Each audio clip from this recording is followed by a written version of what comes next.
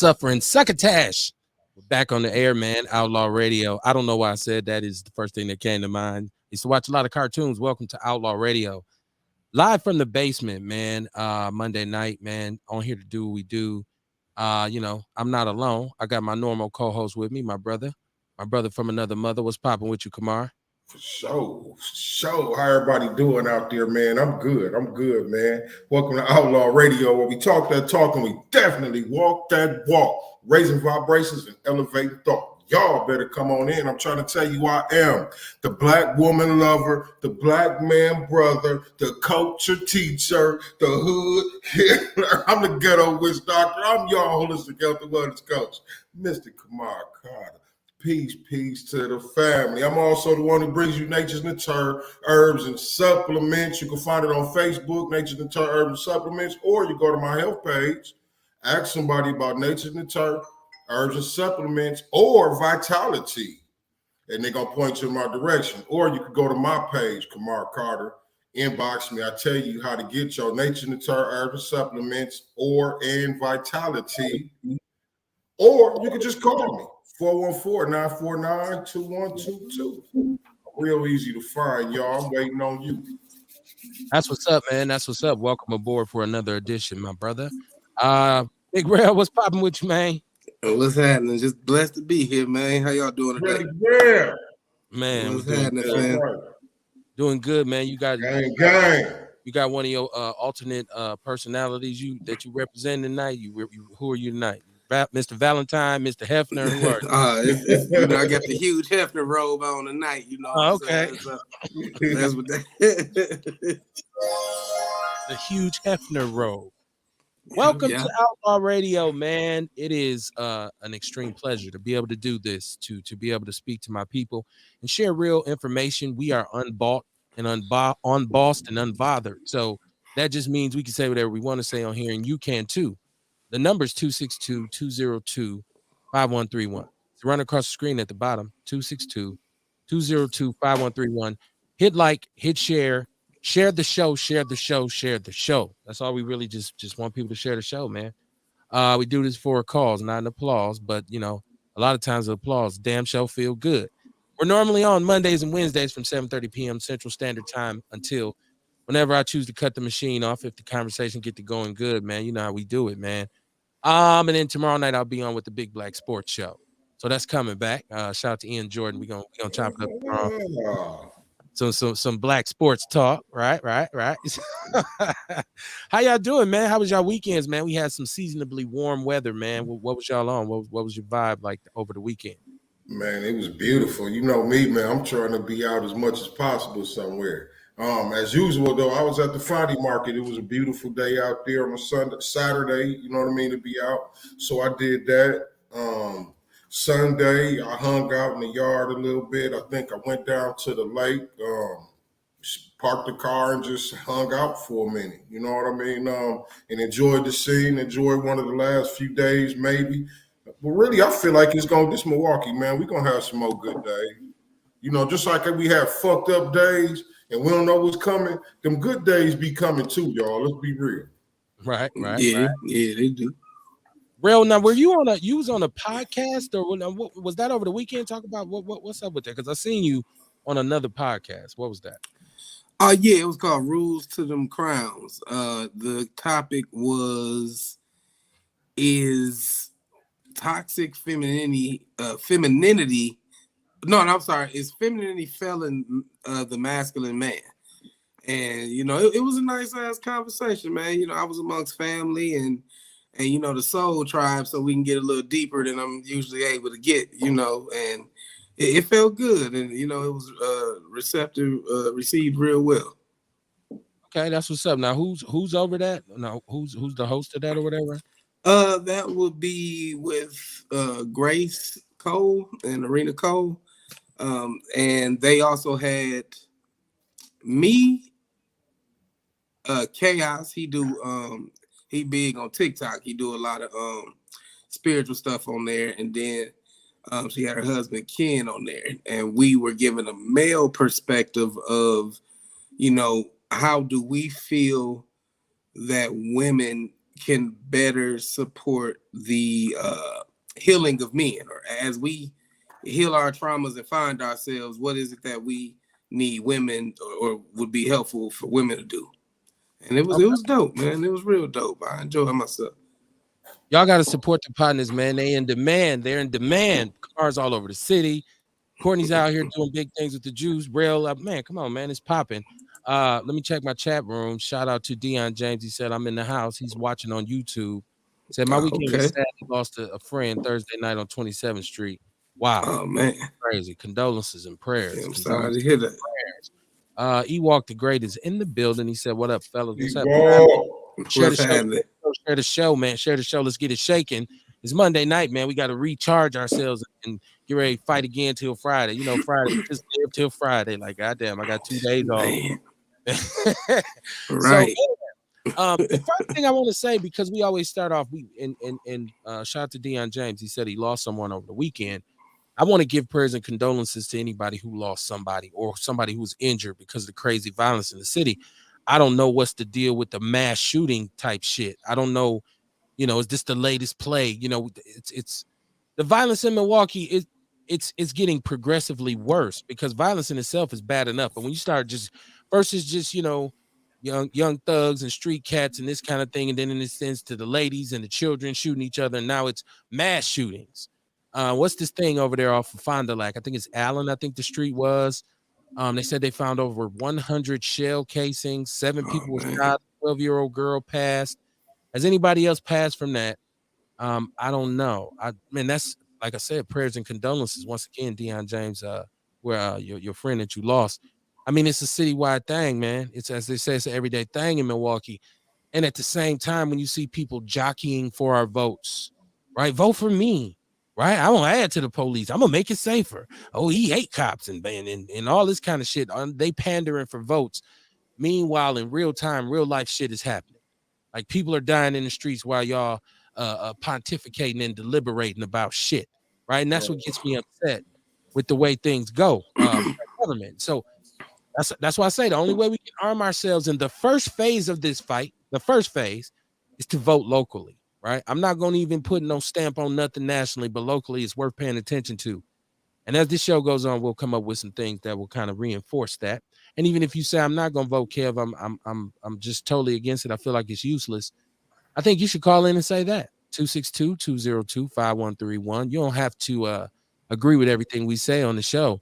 It's just like Kamar and myself always would say, our mantra was, we'll work with anybody, but we don't rock with everybody, right? So that's the way we do it on Outlaw Radio. So yeah, man, the violence, man, and then we weren't the only ones. Was this in where was the other one at? Was it in the South somewhere? There was another St. Louis. Was it in St. Louis where 6 people were shot? I think more people even perished down there. Joe, what it do, my brother Joey Phillips, man? Peace. All day long, man. What's up, big bro? Oh man, welcome, Joey. Welcome. I'm working on this apparel, y'all. I'm working. Y'all got me. I'm like Michael Jackson, got me working day and night. Got to do things right, man. It ain't what you do, it's how you do it. But yeah, man. So there's a lot to be said, and people, you have to look at the reason why they've spent so much money in these bullshit ass commercials is because these votes are important, right? Because there's some shit up. They're jockeying for position right now. It's all about they trying to play the long game.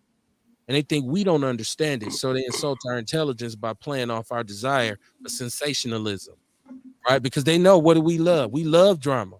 We love love and hip hop. We love the housewives. We love all the bullshit. So, why not make it seem like, oh, yeah, this motherfucker right here ain't shit. And he kicked the little kid in the back of the head one time. Don't vote for him. It don't matter if the shit's true or not. But hey, yeah, man, it's crazy too, man. This shit, they've been doing this shit in forever. But it just seemed like lately they just been going like cutting. Yeah, man. You know what I'm saying? And like some of this shit, it's a lot. You know what I mean? Like they pushing it, man. It's a lot going on, man. It's a lot going on, right? And people got to pay attention. This is not the time to go to sleep. Black man, if you ever been asleep, now's not the time to stay there. You got to get up, man. You got to get up and smell the coffee because something has to be done, right? I mean, I'm serious when I say the very existence of who we are, as a people, foundational Black Americans, the things we hold near and dear, our culture, our customs, our creativity, right? Our uniqueness, our sauce, and our, I don't like to use the word swag because I feel like it's such a dated word. But when you talk about Black people, you're talking about the personification of it, right? Like that's where the word comes from. I'm pretty sure it means black in some language. I can't prove that, but I'm gonna throw it out there tonight on that one. Yeah. Let's just say it's French for black, right? It's It's swag, something only Black people got. You know right? what I mean? Right. And you can't imitate it, recreate it, homogenize it. You can't do it, has to come from us. But I feel like they understand that. So it's a mission, it's an agenda that's put in place. And I don't want to come off paranoid, but it's an intentional agenda that's put in place to fuck with us, to put it in block terms, right? Outlaw Radio, man. Let's go tonight, man. Shit. Let's go, man. It's Monday night.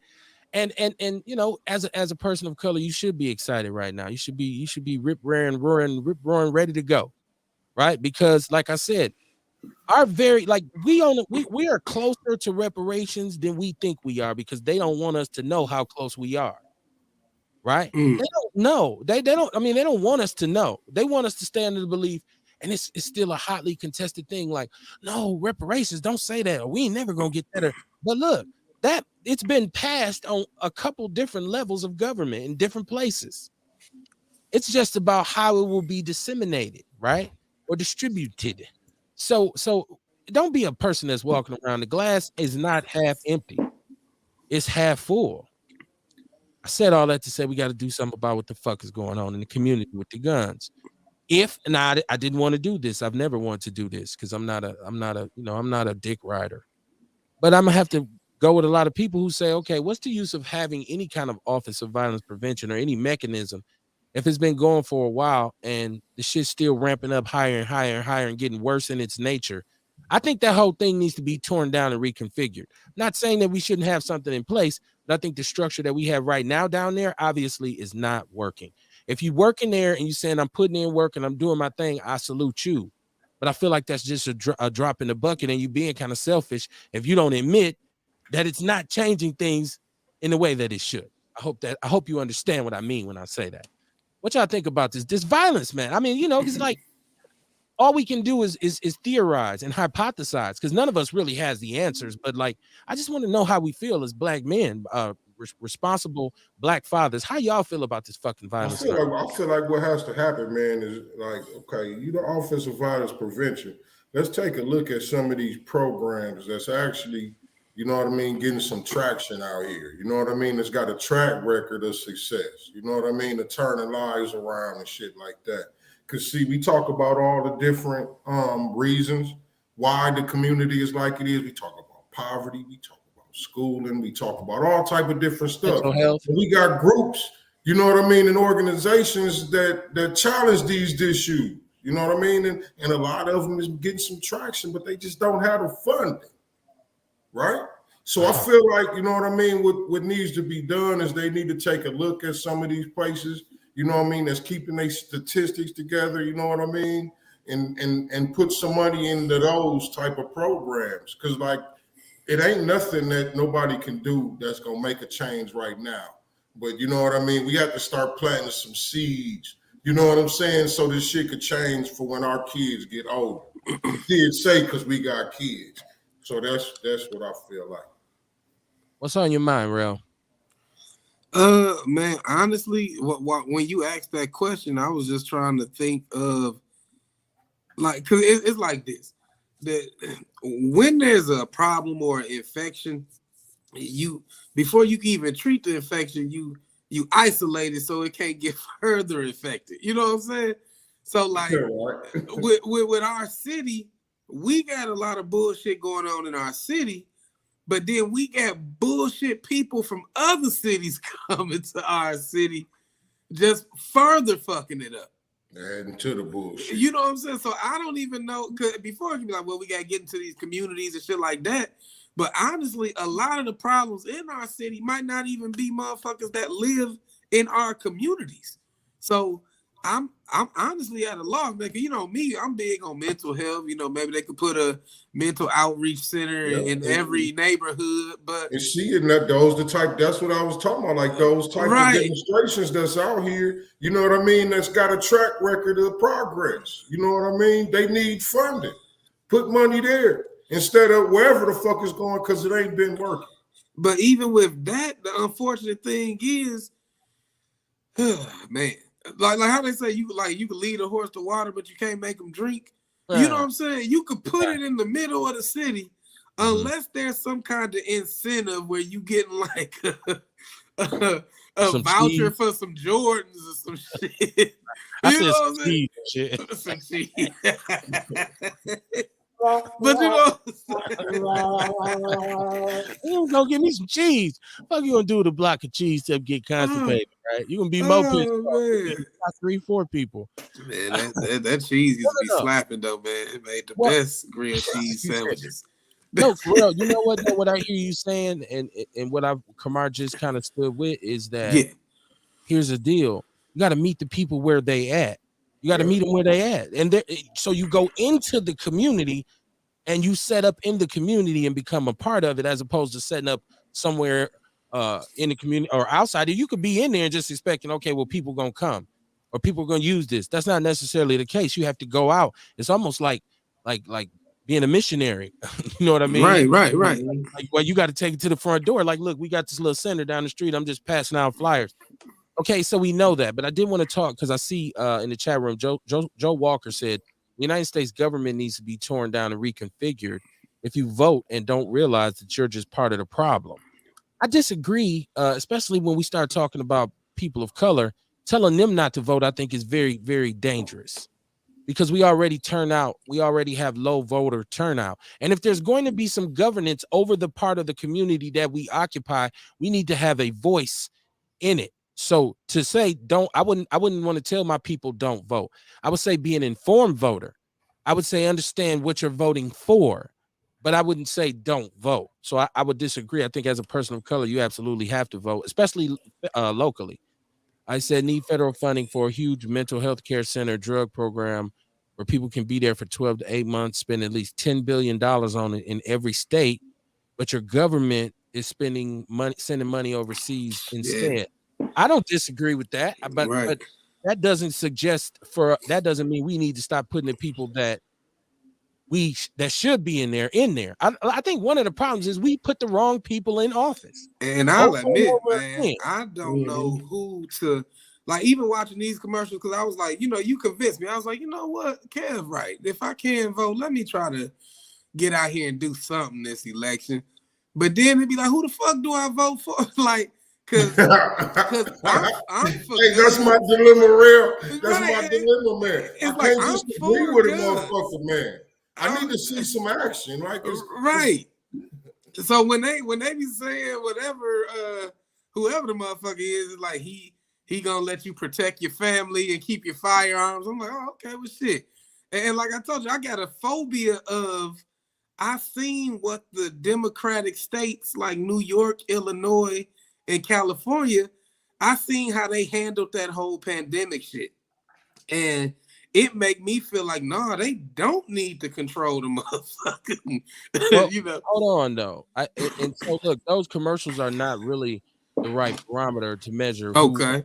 That's all. It's all yellow journalism. It's all. That's why that shit's so funny, man. It's hilarious. It's all Randolph Hearst journalism. You got to go look up Randolph Hearst and how he made sensationalism part of the news in America. Look up Hearst, and you'll have a better understanding of how the modern day media operates. You look at World War I and all these historic events, and Hearst newspapers always played up to, oh man, your biggest fears, and it's all about propaganda. So you got to understand that with these ads. And so to say gun control does not mean take your guns from you, right? Because I do believe there should be some things that you have to go through and qualify in order to possess a firearm. I don't believe just because you are a convicted felon, you shouldn't have access to one. I believe if you're a non-violent felon, if you're a non-violent felon or you ain't hurt no children and you don't have DVs, you should be able to get a firearm, but it should be like you in your name, right? So if you fuck up, it's fucked up. I also believe that there should be mental health screenings. There should be all kinds of Yeah, that's what I was gonna ask you, about the mental health thing, because that's such a like people be like anybody with mental health issues shouldn't be able to get a gun, and it's like you don't realize every nigga in the hood got a form of PTSD, oh, no, which could be no, considered no. yeah. Well, you talking about giving to somebody who's a certified bipolar schizophrenic? So You can't. Yeah, I'm talking Right, about. right. That's what I'm saying. Like, where do we draw? Because I mean, anxiety, depression, PTSD, should those be disqualifiers? It depends on what to see, because you say PTSD, and then there's kind of like levels of PTSD. We all may suffer from it, but all of us are not traumatized by a firecracker going off. Somebody who's really traumatized.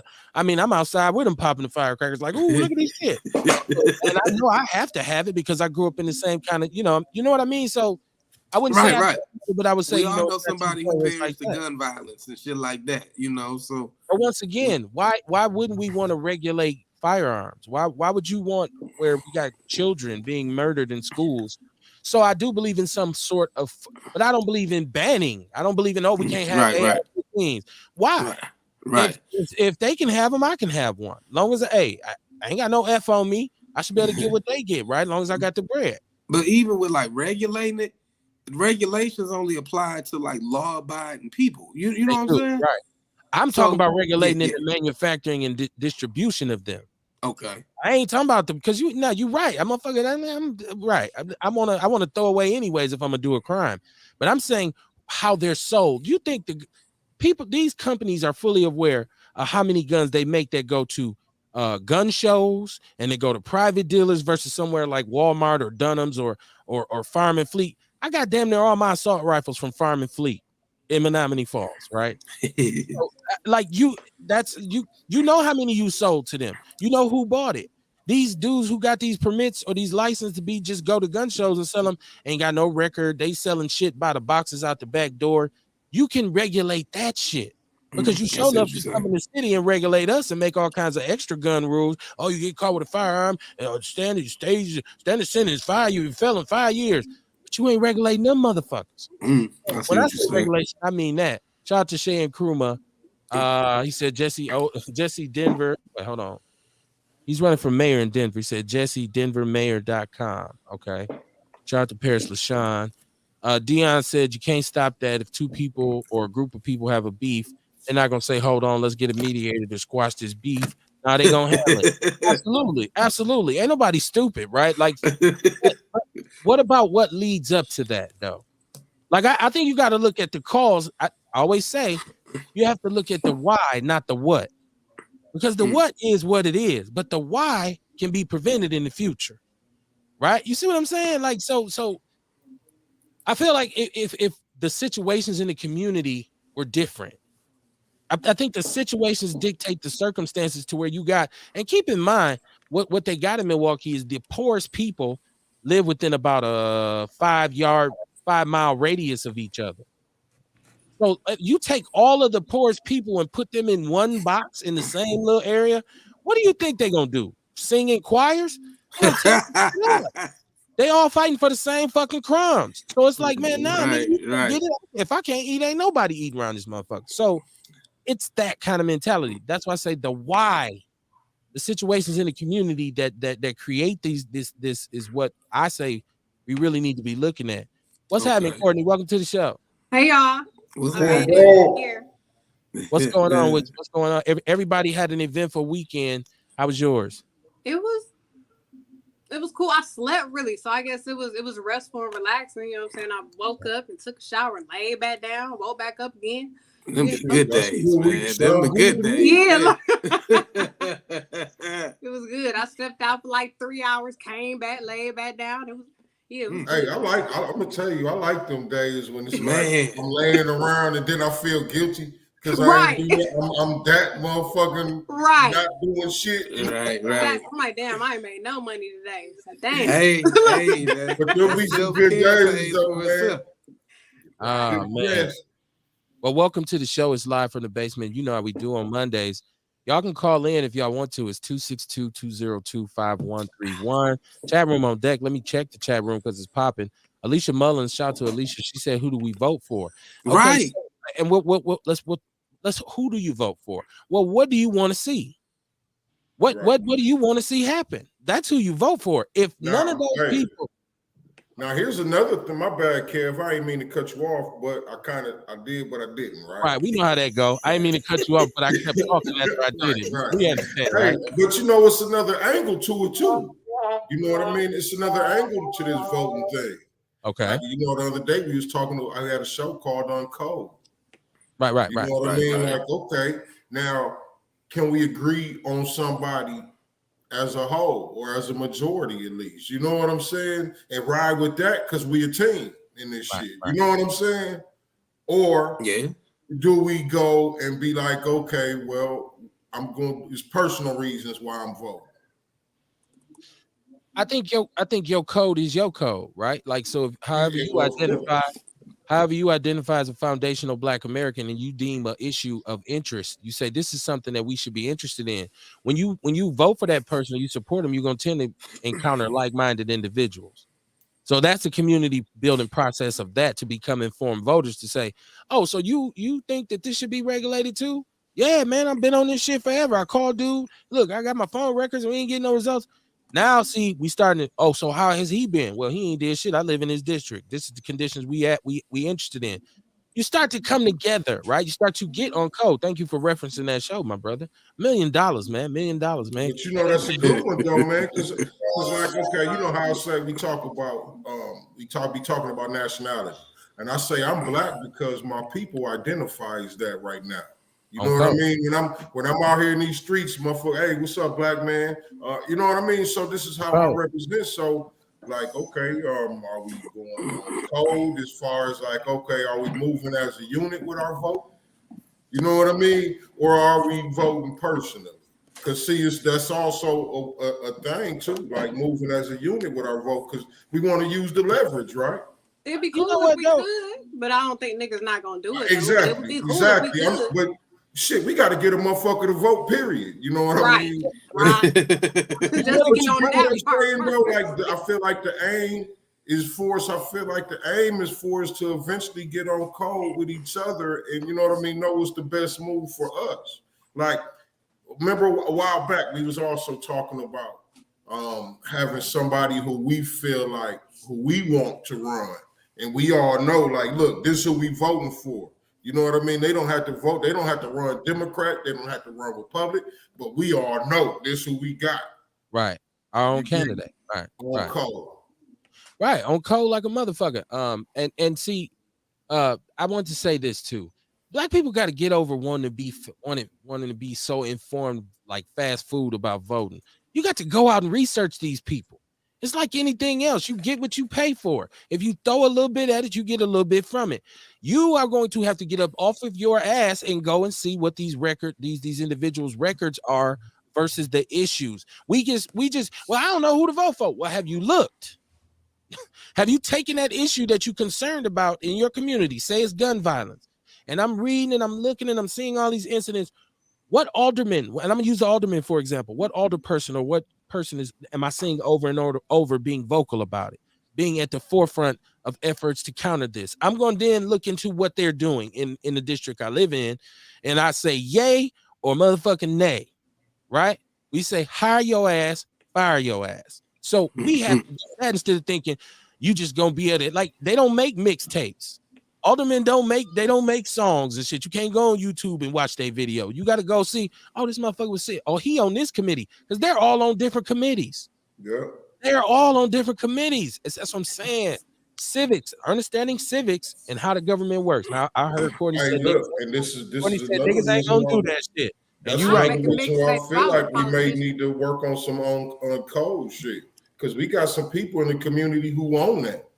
Niggas, shit, you know what I'm saying? Niggas won't do it. Just put our motherfucking pride and egos to the side, you know what I'm saying, and stop trying to feel like we know every goddamn thing.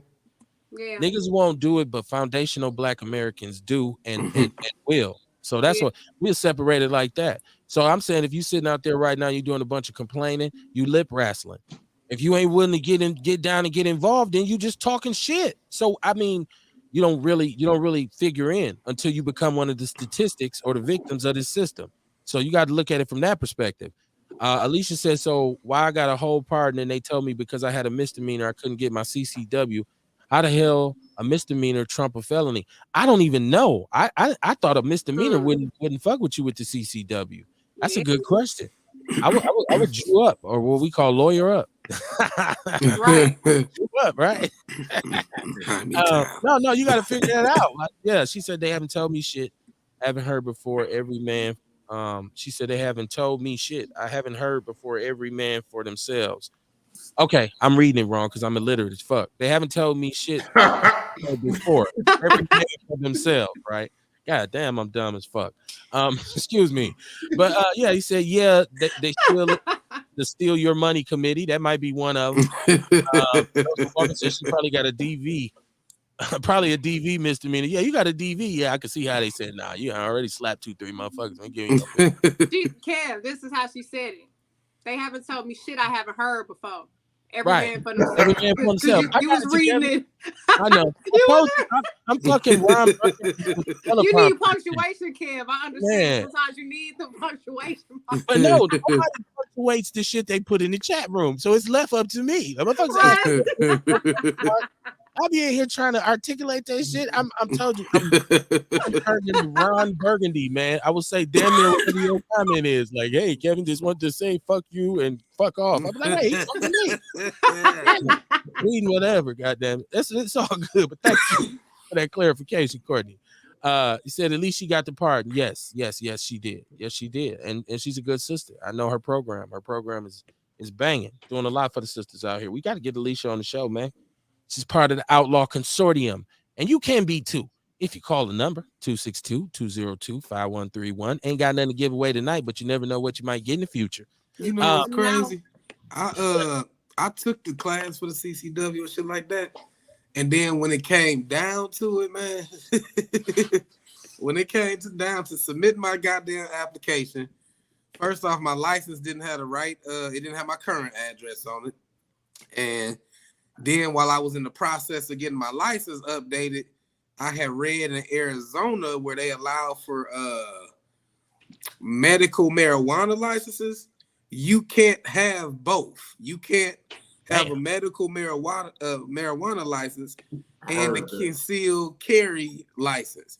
So I said, damn, if it come down to it, I would rather have a license to run my cannabis business and then just fucking open carry where I got an open carry. Well, like, I'm fine with an open carry. Hey, shit. That's where I was about to go, and that's the only reason I didn't go and seek out a CCW, because I said, well, first of all, Wisconsin's an open carry state, and so if I'm going to carry it and just to have it on my hip, if I wanted to demonstrate like that, I can do that legally. If in order, you got to, it says conceal. So if I want to have it hidden, well, it gets sticky when you in a car, because that's what they say when you in the can't be in one in the chamber and all that. Yeah. Right, you got to take the magazine out, have one locked away from the. It's all kind of stupid. Like if the magazine out, what the point of got my gun in my car for? Like, right. So that's how they kind of get you. That is the thing. They want you to. They feel like they give you time to think about it before you shoot a motherfucker.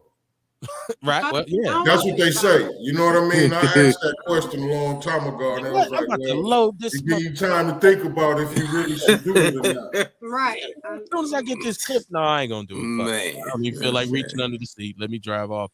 Joshua Anderson, he said, Kevin Barnes, are you related to Mandela Barnes? Just a question. And it had a question mark. That's my homie. That is not my cousin. I think it was a picture I see y'all in or something like that. So people don't care. He's not on this end. Not on this end that we are aware of, but I'm gonna tell you this. My grandfather was not, he was a Rolling Stone. Rolling Stone, I knew it. Before the Temptations sang the song, my grandfather was a whole man in the United States of America, right? And so there's barns that I met that there's a St. Louis set of barns and all of that. So I don't know that we are, because we never sat down and did the math, but he is a friend of the show. He's been on here.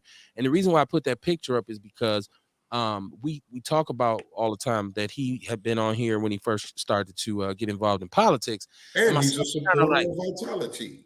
Yeah, yeah. You know that, right? Still to this day, right? But I guess some people was telling my son, like, your daddy Jack, and he ain't never, because my son's like, well, my father, he knows it. Yeah, whatever. So I had the picture on deck to give to him. So I said, fuck it, I'm gonna put it up, go back. Because I don't do Right.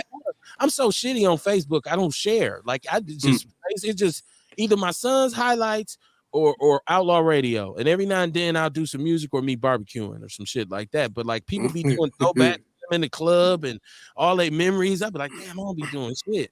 So maybe that's why my YouTube sucks. But I don't know. I get involved in that. But it's Outlaw Radio, man. Yeah, but I'm not Kenan Mandela. But he is a friend of the show. He's been on here a couple times. Is he really a friend of the show? Or is he just somebody, you know what I'm saying? When we say the word friend, we use that loosely. Is he a friend of the show or is he an associate of the show? I would say he's a friend of the show because he came on a couple different times when I really had no kind of traction at all. I was literally, this was like 6-7 years ago. So this was back when he had no kind of traction. He didn't have none well. either. He didn't have none either. So he came in. Traction, I see what Courtney going. Right. But we kind of lended each other credibility because by him coming on here, especially at the time, because I was rocking with the Panthers, that gave him some credibility that he got to talk to the people because it wasn't nothing else out here really doing it. For me, it was like, oh, he come out of nowhere and get this dude on. How the fuck? Like who? Not then people start saying, well, I'm gonna listen to this shit. But nowadays he don't want to talk. Courtney want to make that shit clear. No, he ain't now because we went two different. We grew apart, as they say. He don't want to talk to people now. So it wasn't him. Do you feel used, Kev? No, hell no. No, okay. No. First of all, no other man can use me. No, I can't never. He wants to use no your other platform man to get to the people. He got the people. He got the votes. Now he like fuck y'all niggas. He like Kanye left her ass for a white girl. That's what he did. Is that what he did? No, not at all. Not at all. All right, then. Let's make this shit clear. I don't know what. I'm answering. I'm gonna tell you what he did. He came up.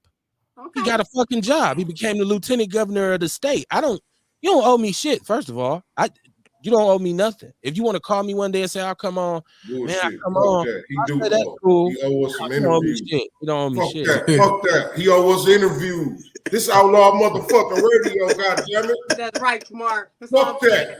Fuck that shit. Wait till I see him. I'm gonna get him on Outlaw Radio. Right, holla at it. He don't because Mandela Barnes buys Vitality.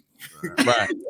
That's your man. Shout out to Tarsha Arthur. She said, "Good evening, Kevin, Kamar, Courtney, and Rel, and Outlaw family." Yes. Dion said, "Hey, Courtney, what's going on? What's going on?" Hey. Man, all the usual suspects in the building. Not only does he not owe me anything, like David Crowley don't owe me nothing. Mandela doesn't. Shit, man. No, I know you. I know. Come on, man. Shit, I know your ass. I know to the people out there. Once again, I'm on code. I'm on code. All the small shit don't mean nothing to me. But are they on the code with you though, Kev? We know you're on code, but are they on the code? That's the whole issue with niggas. Probably not. Some of us on code and some aren't. Is he on Probably code not. or not? Say that shit. I don't know. I haven't spoken with him to say, hey, brother. You on code don't mean that nigga on code. He might not be. That's his ass. I don't think he is. I think he's an associate of the show. I don't know. He might be on code. He want to defund the police. Right. They said on the commercial. You were right. Good luck with that. Right. They first call him Della Barnes. Like they be trying to slide that in there, like Della Barnes. And then they call him Mandela later on in the commercial, but they call try him to Della. slide that Della in the beginning, yeah. Acting So like many, it was just so many people out there who watching this show now or skipping past it have been on here. You know who you are. So many of y'all in this community who do big things have been on my show. You don't invite me to shit. So I don't take it personal. So nobody owes me anything. Because if I charge one motherfucker, I got to charge everybody ass. And I ain't got time to be doing that tally. I do not like that. I ain't saying we got to take it personal, Kev, but as long as we, it's acknowledged, like, man, these motherfuckers, they got to be taken personal. I used to, but Kamar talked me out of it. I used to when we first started. I used to be stoned to the bone about this shit. Like I'd be on your heels. Kamar, dude, what the fuck you talking about? Stop tripping. So now I just be like, oh, okay, well, whatever. I mean, we move on, man. That's one thing. Motherfucker move on. That's part of being on code is got to be able to move on. You hung up Yeah. on some little shit like, oh, this motherfucker wouldn't come to my podcast. What? What you talking about? Like, move on, man. Move on. Be mad about it that night, and then tomorrow be like, let me see what this motherfucker policy. I ain't calling you no friend of the show no more. Niggas, Well, I'm calling y'all associates of the show Courtney. now. Well, Courtney he's no longer a friend of Courtney on the show. He's an associate. I wasn't even here back then. I'm gonna say you're an associate of the show. Hey, Kamar, where have we heard that before? Like, I wasn't here when y'all did all that shit. I don't care about that shit. That's Jason. Like, I don't care about that shit. I wasn't here. That's fine. Yeah. It's like you know, talking about an Earth, Wind, and Fire concert. The shit was fire. It was cold, everybody, man. Nobody else wasn't there except you. Man, when they did that spin move, right. You know, dude is dead, right? Like, oh shit, when he died. But yeah, off track, but on track, man. It's Monday night. Welcome to Outlaw Radio, man. We talk shit and swallow spit all the time. Let me see. Joshua Anderson said, "Fuck them and keep balling on their cheap ass." Yeah, you know what I'm saying. Right. I'm gonna have to give me a cash register sound. I'm gonna start giving people the cha-ching when they say something on point on the show. That'll be coming up Wednesday. We'll be on it, by the way. But yeah, no, man. I don't, man. Once again, man, it's very hard for you to get me in my feelings nowadays about some shit, especially about some shit that I'm doing or that where I got my shit set at. It's very hard unless you just come in here and like DJ Quick says, you steal all my shit. And I'm like, God damn. Especially if I know who you is, and I'm at your ass for that. But like you don't listen, you don't give me an interview or whatever. Man, come on, man. People have on here gotten the greatest interviews and biggest response, and then go on other shows, don't even shout us the fuck out. If I was taking shit personally, I'd be upset about that. We tore WNOV fucking to the ground, destroyed that shit, went down there and blew that shit up like nitro. They never even asked us to come back, and that's not my ego speaking. That's the people calling in during the show saying, "Man, where y'all come from?" So they didn't ask me back. I'm just saying though, I'm going back in like 2-3 weeks. We might as well just all go together. Kev might as well just go to work like that. Then we all just show up. I just walk in like I got my people with me. I'm actually cool on it, because once again, I did it, and I grew up 2 blocks from that station. Right, come on. Kev always, I'm cool. Like I'm cool. Kev. I did. I grew up 2 blocks away from that station, and they got a studio full of motherfuckers on that air, and ain't nobody from there. None of them. And I do this shit, and I do it better than them. As a matter of fact, since I'm out here, fuck it. That's why y'all should come roll with me. And I'm like, I got my people with me. We done turned it into, Outlaw Radio instead of the man show for the day. Boom. We on for 2 hours. Let's do it. Let's go. They can kiss ass or kick cash. Pay me or pay me no attention. Kev, no, I'm trying to do a takeover, Kev. Like, no. No, I'm cool. I wouldn't give no, man. I wouldn't give a cripple crab a crutch. So I'm not going there. Let's go in there and tell everybody. I don't see why not. Let's go in there and tell everybody how to find Outlaw Radio. Dion said that's how he learned about us on WNOV. See, so I'm not jacking. I'm telling you, we went in there and tore that motherfucker up, man. How you know if they wasn't talking about the episode I was on?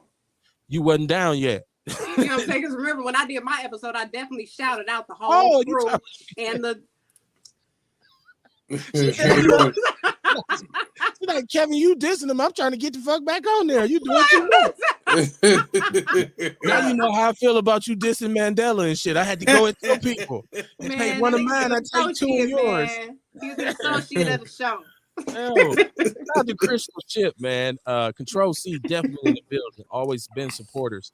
For Outlaw Radio, no doubt. Control C, building in the Sherman Phoenix. Get you some. That's who do my labels. That's right. Yeah. They do all our labels. Right. See in the building. Yeah, man. Patronize. Support us. That's how I learned about you guys. He was talking about us, Courtney. Sorry, he wasn't talking about you that time. You sure? He wasn't talking about your episode. He talking about what we was on there. I'm positive. Joey Phillips said, yes, you do it much better, my brother. I appreciate you, Joey. I know you biased because we family and all. He said, no, you wasn't there yet, Courtney. Liz was with the crew. Oh, yes. Liz Brown. Wait a minute. Who was Liz? Let's talk about Liz this. Brown. Liz Brown's the warrior princess. Liz dropped Is that who will be on the Tori Lowe show? She went Oh yeah. She used Just to the be 2000 or something. Yeah. She used to be with us on here. Liz Oh. is firecracker. And look, she dropped the F-bomb. Remember, Kamar? They said, look, y'all can't cuss. I said, cool. Liz, motherfucker. Oh, Hey, she's NOV, yeah, she did. the first time we went, not the second time, because we went back. You know what I'm saying? Man, listen, I ain't gotta even, I'm just saying, WNOV, y'all kiss my ass. I'm just saying. And respectfully. I'm trying to take you back, and you look, over here. that's not even just WNOV. That's B100. That's 98.3. I say, let's do it. If Courtney could get us on there, let's do it. I'm supposed to go back in like 2-3 weeks. Why you acting like this, kid? I don't see why not. Nah, fuck that. On a Friday, just go to work a little late. Let's go. You know what I'm saying? Man. Listen, fuck every radio station in Milwaukee. Thank you. Look, time to make hoodies and everything. Yeah. Outlaw Radio hoodies. We in that bitch. No, we good. Ernest said he tried to call. Ernest, I don't see your call, my brother. Hit us up. I'm sorry, I didn't see your call. My flip, she called it. She said, my flip phone. Called him Ernest. His name is Ernest. Ernest Walker. Hey, look, you often call him Ewok, right? I'm reading the teleprompter, man. Ernest, man. You keep fucking with me. Listen. Hey, Outlaw Radio, man. This is what we do. If you laughing right now, you having a good time, share the show. Don't be a hater. And so yeah, man. The radio in Milwaukee is they've let me down tremendously because they got a bunch of people on the air who shouldn't be on there, and I know damn well what I do and what we do. That's why every chance we get, we supposed to kick them in the ass. Exactly, Kevin. Every chance we get, we supposed to kick them in the ass. Yes. Make them run from us. By making them run from us, we gonna make them call us. Then they gonna have to pay us. That's how it work, man. Exactly. It's a process, man. We gotta trust the process. That's how you kick the dough in. Every chance you get, you fuck them up. And he was asking me, he was like, you ever thought about having your own show? We could fuck around and have a show in this motherfucker, man. You gotta pay. You have to pay. We can talk about that. You gotta pay. It's a different model. I know until they want us bad enough. Yeah, they don't do that. They don't do that kind of business. I'm telling you. It may not be on NOV. It may not be on NOV. Right. That's why I said bad enough. Somebody gonna call us and they gonna pay, man. I mean, but right now we doing this shit for free, Kev. So what is the difference between doing it free for a minute today? Hit us with some cash. We already doing it for free. I'm not gonna make them rich. If I'm gonna do it for free, I'm gonna do it on my own accord, and I'm not gonna follow their rules. I'm also not gonna follow their rules. I know the owner. I know the owner of WNOV. I know him. I've had conversations with him. So all the other none of us gonna follow their rules. I'm not gonna be under their rules. I'm not gonna do none of Outlaw Radio. Ain't none of us gonna follow their rules. We want them to be on our heels. That's why they gonna want us. You won't be on there. That's just I'm telling you. They gonna want us. They gonna pay us. Somebody gonna pay us. It ain't gotta be NOV. It won't be them. If we move the crowd on NOV, somebody else gonna want us. We might as well go where Tory Lowe and them at. They gonna fuck with us over there. Okay. Crystal Ship said, random question. What is an inexpensive way to soundproof a room like an office or a basement? Is your basement soundproof? No, it's not. Yes, it is. It's not, and it is. It's soundproof because I put soundproof up, right? And I chose an area that's acoustically pleasing. It is a way to do it, but it's more about your equipment nowadays because technology is so great. You get a good microphone that has a noise gate on it, you wouldn't hear no background information. Plus, you go on Amazon and get a mixer and the interface right now, but too much. I mean, too little. I should say too little. Them shits go for cheap now. I wish they had some of this shit when we started because I floated a half a check a couple times for the shit trying to figure it out, but it's cheap now. So yeah, definitely a way to do that. Inexpensive to do. Thank you for sharing the TR Arthur. Ewok said my cricket phone is tripping, and Ewok, I think this might be you. You got an antenna on yours. No, it's not me, Ewok, because my shit's on deck. I don't see your call. Maybe it is me. I don't know. I don't see his call. If you're trying to call in, let me cancel that out and bring it back in, and we'll see if my phone will do what it's supposed to do. But yeah, it's Outlaw Radio, man. I want to talk about the further Kanye meltdown, right? Like we talked about that shit all the way last week. And that's been the hot topic. But how many more people have walked away from him? We talked about that pressure they trying to put on him to fold. But he's actually, this is how scatterbrained he is. He's actually come back now and said sorry and said that he regrets shit. This is what I'm saying, man. You can't follow no halfway, motherfucker. Wait, right? what did he say sorry about? Oh shit. Right. They done sent the Zohan after him, just like Nick Cannon. Right, Took the damn. Balenciaga and all that shit. Now you all shit. But When it's did his. he say that? I didn't see that. Right. Yeah. He apologized. Oh shit, I see it now. Ewok. Oh, you did try to call. You wasn't lying. I called you all kinds of names for no reason. Yeah, my bad. Yeah, motherfucking cricket, like he said. Heard that motherfucker. No, but no, he's apologized, man. Kanye been all over the place, calling the boy Charlemagne, talking about the white boy penis is 10 inches long, and I don't know how true this is, but this just shows you how all over the place this dude is, man. So while everybody free thinker and all this, and he having a mental episode because he talking about the man got a 10-inch penis and all this kind of stuff. Before we even go to Kanye, I want to ask this question, and maybe y'all can help me out with this. What is the obsession with the Kardashians? Can somebody explain this to me? Because they're not talented. They're not what they used to say. They're famous for being famous. What is the fascination America has with the Kardashians? Are they? Because I'm looking at them, they just look like dark-haired white women. Are they the most beautiful white women ever? So like, what am I missing with the Kardashian shit? Somebody explain this shit to me. Shit. I mean, I think they were just what the fuck they was called back in the day? Celebutants, like kind of like they got big, kind of like when Paris Hilton and Lionel Richie daughter was on dumb shit and getting fat. You know, they just, you know, they was just a bunch of rich bitches that, you know, that's kicked it together. And then I think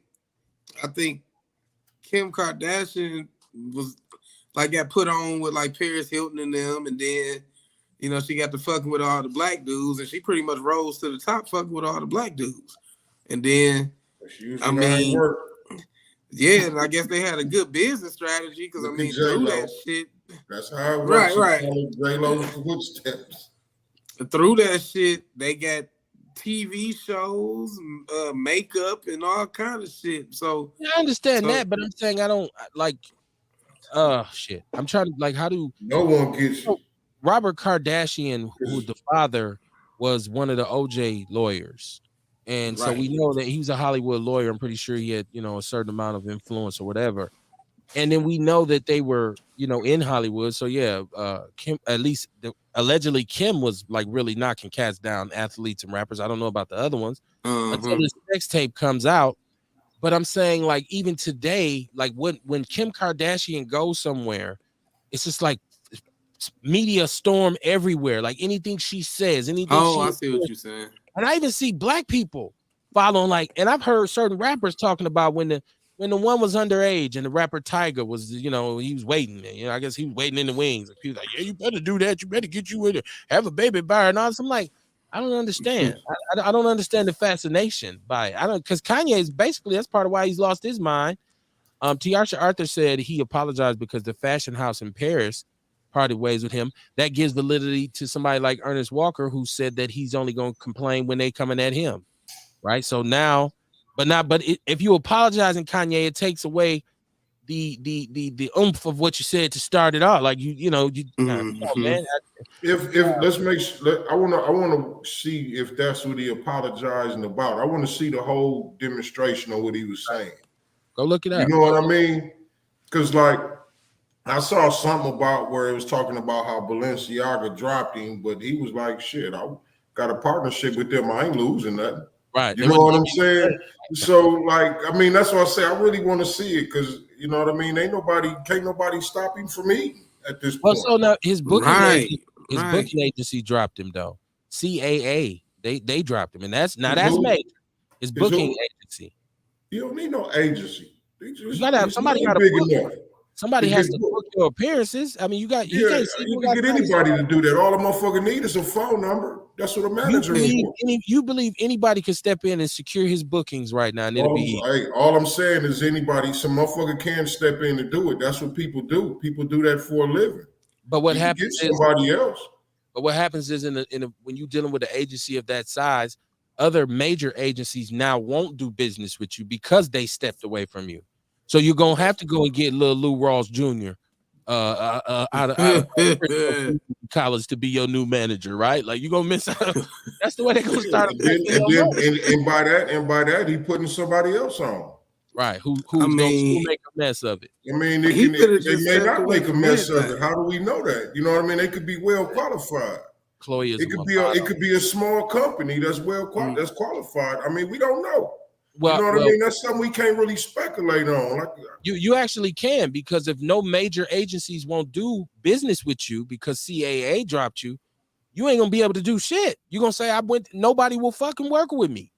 Because nobody's gonna sacrifice, like I said, $200 million for $20 million. You say Kanye bring in 20. Yeah, but they got bookings all over everywhere. So they're not gonna sacrifice their business for you. So when your new agency come in, you call them up, hey, I'm Jeff Bro Jones, I represent Kanye and shit. They'll be like, motherfucker, we don't know you. Who know you don't even know who to call. You can't even get in those rooms. So, but I'm not saying Kamar, I'm not saying he can't do it. I'm just saying they're making it a little bit tougher. I don't want to come off as the nigga who like, well, you better not mess it up for everybody. We all knew they was gonna make it tough. We know they're gonna try to make it tough. They're gonna try to squeeze him out, all that good shit. We know it. You know what I mean? Said they got big because society is dumber. Joe Walker thinks society is getting dumber. But like we said in the beginning, you know what I mean? We gonna get to see how it play out. Yeah, I was curious because I mean he got enough bread to where shit, he don't have to worry about working or booking ever again. But we don't know. But see, that's a misconception too, though, Real, because we don't know how much money he has. People keep saying what he's worth. That's not cash on hand. I see what you're saying. And if you got it in investments and those investments fall through, that takes away from your net worth. So we keep saying he got enough bread. Got enough bread. We don't know how much bread dude got. He might not. He might not have the bread. You know what I mean? He might have been depending on something that ain't coming home for him. Right. I'm not saying that's the case. I've seen him say I'm a billionaire and I'm the richest rapper ever. Okay, but that's lip wrestling. We don't know. We don't know how your money's tied up, right? You know what I'm saying? If you got $20 million worth of cars, if you sold them all and liquidate them, you probably get 6 for them, right? Because cars depreciate, right? So nigga never have to work again off of just his royalties. If his deal is set up where he gets them. Man, I don't know that. Man, you know he on his shit like that. How do I know? We speculating everything else. That we don't know about. I don't know how much money he has, Kamar. So I can't speak on. I can't say I know he got his royalty. Dog got 20-something years worth of #1 hits. He should. You would think he got good royalties. He eating good off that. I mean, you would definitely think never got to worry about shit. I don't know. So then it's even more hurtful. He's been independent. We thought Nick Cannon did too, but Nick Cannon didn't find out he didn't even own this shit. Yeah, he didn't even own this shit. You'd have thought Nick Cannon owned Wild 'N Out. That's his shit. He got plenty of money. So he said that shit about them Jews. They're like, your ass fired. Huh? I'm fired. You just got kicked out your home. And the only problem about Nick Cannon is he ain't no information to back up what he said. T.R. said Ray J made there's some motherfuckers out here that would have ate the media up with that shit. Dion said, I told you they was gonna break him. He's not bigger than the system. He said these people are going to destroy dude and make an example to show future niggas to stay in your motherfucking place. Yeah, they keep book breaking. And it's a whole bunch of niggas out. It's a whole bunch of niggas out here that's saying that you better stay in your place, nigga. Yeah, man, fuck that, man. Somebody got to try to go past the line, man. I'm not saying shit. Every time they say some shit, they get out when they do it. Go ahead, Real. So, I was just saying it's damn near better for them not to say shit because now everybody who say shit, it look worse when they apologize. So it's like they were publicly buck broke. You know what I'm saying? Mm-hmm. So it's like they right type shit or buck breaking and shit. But it's like now they said some shit and didn't stand on it. It's like I don't mind what you say as long as you willing to stand on it. Stand on go down with it or whatever. Be fearless, nigga. How about this? What if, with all this perceived power that we give this dude credit for having, and all this clarity and clear thinking and free thinking, what if he'd have went and set himself up and insulated himself before he took a stand? Because that makes more sense if you got the money you say you got. You put that shit in place, then you say what you want to say, and then when they come at you, be like, I ain't tripping. I already done. Look at my shit. Look, right. I already done bought this. I already got that. But he didn't do that. He obviously wasn't insulated. He was still doing social media. Do social media platforms make money? You through said do ads. social media platforms make money? Yeah. Is that what I didn't hear your question? I didn't hear. Yeah, that's what I asked. Do social media platforms make money? Because he just bought a social media platform. There's some more revenue if they do. Well, he supposedly, allegedly, that he purchased Parler, which is a conservative social media site, which is not one of the more profitable ones. That's not to say his involvement might not bring more users to it. We don't know what the details of that business deal is Right. either. I don't either. That's why I was asking. Like, do you make money? Do social media platforms make money? Like, because he just opened up another door for himself. If so, Okay, so hold on. Tiasha Arthur said Ray J made Kim Kardashian famous off the sex tape. Dion said, I told you they was gonna break him. Oh no, I already read that one. He said Joe Walker said he's making billions off the clothing line. Okay. That's what allegedly he You is. would think. and You would niggas think. ain't gonna stop buying them shoes. 250 a crack that they got to get in a lottery to get. He said, Dion said he's not a billionaire like Jeff Bezos where he can go grab cash. Joe Walker said social media platforms make big money, especially like Kanye. Especially like Off Kanye. of Am I ad, reading so that wrong? they Y'all know gotta I be talking about. they gotta have the members. You know, like once you have Right. enough people that's on your social media platform, then you can leverage that to different companies saying they pay me and we'll show your ads type shit. So like even with Facebook constantly putting people in Facebook jail, I honestly think that's to force people to create 2 and 3 different profiles. So now that makes it look like more people on the app than really is, but it gives them better leverage. And then also, like they say, Facebook got government contracts to sell your information too. So they, or like Verizon and shit. You know, a lot of these companies got back end deals where they get paid to sell your information. Corporate deals coming about. Yeah, you know, the corporate America got their hands all up in there. So I'm sure they do make money. I'm just saying, like I agree with you, bro. You gotta have the people who use it, the followers or whatever, the subscribers, and then you have to do these deals. Hold on. He said, Dion said them people will crash his investment. See, we don't know this system has tentacles of unrealistic expectations. Okay, that's deep. Joe Walker said Kanye West is a walking sponsor. He don't really need nobody. He really don't need nobody. Wow. You Okay. would think, but why he apologizing? That hurt my feelings. I was like, finally, somebody who can stand against him and talk his shit. And now you saying he apologized to him and shit. If he's willing to use his wealth over words and no actions, he's a silly motherfucker. That's what Dion said. And I'm caught up. Joe Walker says there's only a few corporations that control the world. I mean, we got conglomerates that control the media. We know that. That's why they got rid of all the little record companies and all that fly shit we had in the 90s. It's three major record labels now, and you got to be at a subsidiary of one of them. Anyways, I guess my point is that it continues. The backlash continues. The backing up continues. The lunacy continues. The circus that is Kanye West continues. I think that's probably the best way to see it. I think it's one of those situations where we're going to have to see what this come to. My belief, like I said, if you was who or what you say you is, you'd already had your shit in line. But you jumped out. Why the fuck didn't he? Like, I mean, damn, don't he got real estate? Like, I mean, you know what I'm saying? He got enough money to own parking structures and lots and shit. Just getting Maybe cake. he does. Yeah.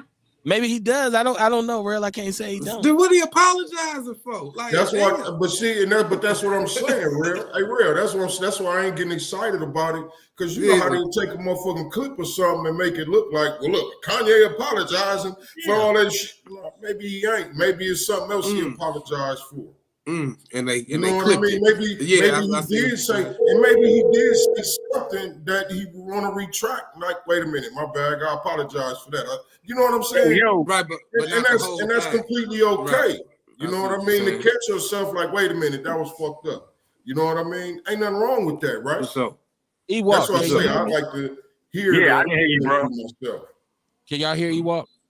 Yeah. I'm right here. I'm right here. I know you What's missed. going on? I don't know what's going on tonight, so I just had to be proactive. What's on your mind? Oh, no doubt. No, you know what I'm saying? I agree with K Bull, man. I agree with Kamar about somebody gotta go forward. My opinion, you know what I'm saying, is I'm like, he going about it the wrong way. You know what I'm saying? That's just what I think. Okay. He got like he's trying to fight too many people at one time. You know what I'm saying? And that shit is hard as hell. But you know what I'm saying? It's hard as hell, man. But I understand the fact what Kamar talking about, man. Hey, somebody got to try to at least let them know. Don't everybody just sit there and be like, oh, well, they the people with all the money. Just contort to what they tell you to do. So, so I feel that. You know what I'm saying? That's what I'm all bad. Right. But yeah, you can't be fighting everybody, and then you gonna sound a little ignorant. Then you gonna cry to Charlamagne. I saw that. Charlamagne said this man called him. I don't think Charlamagne lying on him and shit. You know what I'm saying? I got enough respect for Charlamagne and not to put. And you know, so I think he got too much respect for everybody that respect him to just lie on Ye like that and shit. So the call had to happen. But the only thing about Charlamagne is who he works for. He works for the very people that Kanye is calling out. So of course he's gonna be a good boy and come out and say that he called me and said some crazy shit. And see, and that sets some of us off. Like, see, that's why we don't listen to him. See what I'm saying? So, but yeah, he's kind of discounted in that regard, you know. And plus, Charlamagne, he could have kept that too. Charlotte could have kept that. He didn't have to say they had. That's what that man said. But well, I mean, you gotta understand. Crazy. You gotta understand. Them good Jewish people swept a good little slipping the Mickey in the Bill Cosby drink of a minor that Charlamagne had been complicit in. They helped sweep that up under the rug and kept it moving, right? And he had to straighten himself all the way up.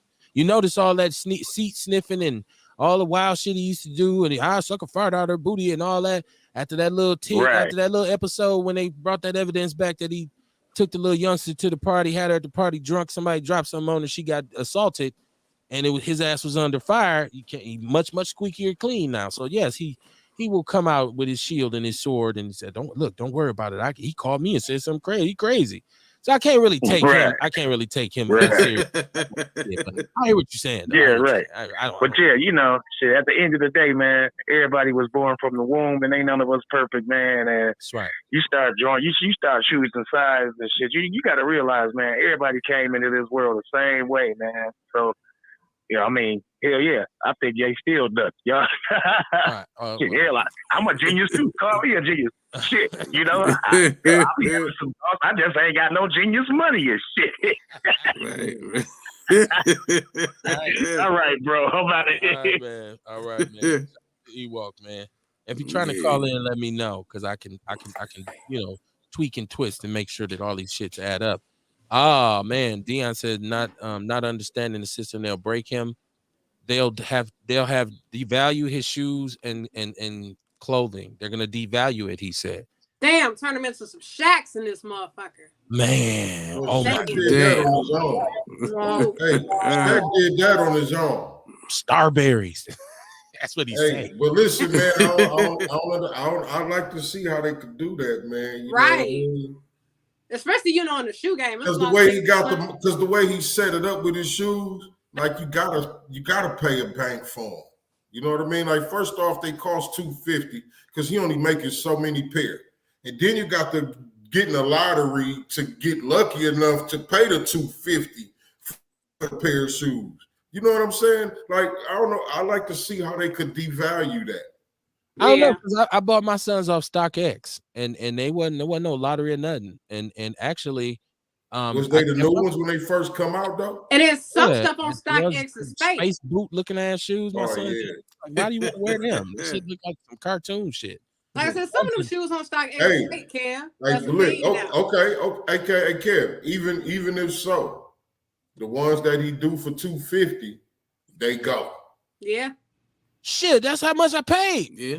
So see what I'm saying? You see what I'm saying? Maybe the lottery was to get them early or something. I don't know. Yeah, I know. He didn't get them the night before they came out. I ain't got it like that. Maybe that's what the lottery was. I don't know, but I do know like they was telling me it's a lottery for him to get them. I know the sister who did it. You know what I'm saying? Tiarsha Arthur said he knew that clear people was going to next send some chicks to say he sexually assaulted them. Or he might be fake apologizing and will say something else. Yeah, you don't know where it's coming from with this dude. Like I said, man, I think it's one of them situations where I say we got to chew up the fish and spit out the bones. You know, what he say that's relevant, leave it there. And the crazy shit he say. Once again, I have to assume that I don't even know this is my thing, and I think people need to kind of get comfortable with this fact. You actually don't know what the fuck you think you know. Because most of the shit that we read in the media is lies in the first place. The mainstream media is full of lies and it's influenced by big money and corporate organizations. Right. That's why people flock to podcasts. Right. That's why people like to see content creators on YouTube, because they want to hear unfiltered, unwatered down, Right. unthought ass information. So when we watching these networks and you look who their sponsors are a lot of times. Look and say, oh, this motherfucker got that's Kraft macaroni and cheese. That's a big corporate. Pepsi, Coke, McDonald's, Burger King. Oh, you got to dance by a tune. That money don't come without, So a lot of the shit that they'll tell you, you can get a story right now of TMZ and you'll see that shit and be like, damn, and then in a year or two, you'll find out the shit was totally false. And you be like, damn, they really put this shit out here, but they done digested it and shitted it out, so they done forgot about it. Right, because nobody's looking back at the toilet once they shit in the toilet, unless they want to make sure they, it depends on how you put your toilet paper in, and I don't want to go into details about that. I'm just saying you really be looking like, okay, let me see what came out after I shit it. So you just eat the food, and then you move on, right? So a lot of the shit they've told us is lies. Look at how many lies has been just told about us over the years. Look how they fucking taking our history and twisted it and watered it down and convoluted it. It's always, I'm telling you, William Randolph Hearst, yellow journalism, man. You got to understand how Hearst put this thing together, man. It's a machine. The media is a machine. It's a corporation. Right. And so they ain't going to give you the information you need until years later. Then when the government gives you freedom of information, half the shit is redacted and blacked out. You might as well have kept this shit. Fucking give it to me before you can out and shit. You can't read no whole sentence like that. I just wanted to say though, and it ain't really, this conversation became bigger than him because it became about the thing with the Jewish people. For me, all the other stuff I don't really care about, but the fact that he stood up and spoke out on that, I say, man, that's pretty cool. Right. I thought that needs to be said. But if you're gonna say it and then start backpedaling, if you're gonna start backpedaling, Rihanna, you're gonna say it and then say, I was just kidding. I'm saying, I fuck around. I show up at the Super Bowl. No, my bad calling. I stood with you that year. What more do you want from me? I don't know if that's what she said. She probably said, well, shit, so many black people started watching football again. Man, that's why I said how I felt, man. Hey, that's how I felt. Like, shit, man, goddamn, everybody watching it again, fuck it. Right, but also you just said it's cool to see somebody who takes to stand up against it. So it's like, which one do you get? I also felt like she took that stand then when it was needed. But once everybody said fuck it, nigga, what the fuck am I still standing for if ain't nobody else on call? There's still a lot of people that stand for it, just not the ones with money, just not Jay-Z and the corporation that he represents, which is the NFL. The average black person Jay-Z found a way to get paid off of him. Right, but the average person of color is still standing with Colin Kaepernick, and the NFL is still on some bullshit with their hiring practice. Colin Kaepernick took the money. Yeah, he won a lawsuit. He proved that they colluded against him. He risked his livelihood. He lost it. And he knew he wasn't going to play again after he did that too. I think he thought he'd be able to come back. No, I think he did. After the NFL paid him, he thought they was going to give him a contract too. I think he did. I thought they were. Nah, man. After you sue the NFL, you feel like the NFL gonna give you a job? I was waiting for that to get back in. No, come on, man. We can't have hope, Kev. Come on, see that's Kev used to be the negative one. See, I was like, damn, we can't hope. I thought he was gonna get back in. Nah, man. I did too. I thought they were, but once again, if it never happens, he's made money. He had a Nike deal. He wasn't playing no sport. So I'm not. I don't cry a river for Colin Kaepernick. What I'm saying is what he stood for was important, and she backpedaled. And that's just like you. Once again, you standing with me on the issue this year, and then 2 years later, you with the motherfuckers who's finna jump me. Like, you might as well just stood over there with him from the start. You wasn't really with me from the start. You was faking. What you supposed to know, you stand on for life or don't stand on it. You don't have that's the coon in me. Say that. He didn't that's the coon in me, because I'd have got on that stage too. Right. Well, I'm glad you framed it like that. At least you can recognize and admit it, man. If At that's least what it is, I'm just saying, man. If that's what it is, I'm gonna feed my family shit. Ain't nobody else giving a fuck. Why should I not put this food on my family table?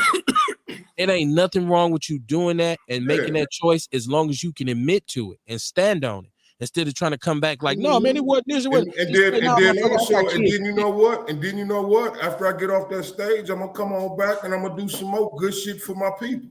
Until Ain't they tell nothing you changed. until they tell you can't. Until the people Shit, who paying you I tell you can't. can't. Man, listen, who gonna turn it down? I said the Me, people who are me paying come, you. I'm saying me come.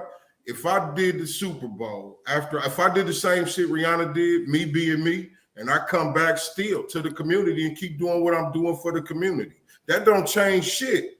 I tell you what, how it can change. You come back and do a food giveaway or give away some support or any kind of support of an event. And they say, well, Minister Farrakhan in the Nation of Islam is connected to that. And you supported that event. Do you support him? Say, yeah, your ass won't get another check. You won't perform at another Super Bowl. Well, that's cool. That's cool too. Yeah. You know what I mean? All I'm saying is if I was Rihanna, I would have went, I'd go back and perform too. That's what I'm saying. And then after I perform, I'll be right back doing the same shit I've been doing. You know what I mean? It's just me. You know what I mean? And really, I don't feel like that would make me a coon. That just means I'm going to get that money because I felt like everybody else going to get that money. So you know what I'm saying? The problem with compromise is always, where does it stop? Once you start doing it, it goes on. It's a process. Hey. So if I can get you to lean over here, I can get you to lean over here, I can get you to lean over here. Pretty soon you all the way bent. What about all the brothers that we watch in the league now? That's got contracts since. Like, should they have not accepted those contracts? Totally compromising. You know what? I'm glad you brought them up because 85% of them will be broke within 5 years of their career being over. Man, I'm just saying. You know what I mean? I'm just saying, like at some point, man, you got to feed your family. And if motherfuckers in the community ain't getting together on this one accord on call, shit, I'm gonna put this food on my family table. Do it. And then realize that you should have been on the other side of the fence when your career is over and they ain't fucking with you. And everybody, and if that's the case, every brother that signed the contract after that is the same way because they didn't follow the code either. I listen, once again, what I'm telling you is all these players in the NFL who did not stand with Colin Kaepernick about what's going on, they're gonna get their money and feed their family, as you say, until their ass can't play no more, and then they want to be a coach and they getting passed over by white dudes who are not as qualified as them. Then they gonna want to side with Colin. It's too late now. Yeah. You feed your family. And then all the players since Kaepernick, they signed. You know what I mean? They went on and got the money too. Now, and a lot of them have come back now. A lot of them came back now and said, "Damn, I should have been. The NFL is full of shit. I should have stood with him." And no, keep eating though. Keep eating. When you done playing and you can't get a job, you go coach at YMCA and say, "Shit, that's how it's gonna be anyway." Feed your family, goddammit. Go coach at MAT. If they hadn't went back and played, shit, they'd be broke right now. They wouldn't have. Did nobody else get no big ass Nike? Hey, did nobody else get no big ass Nike contract?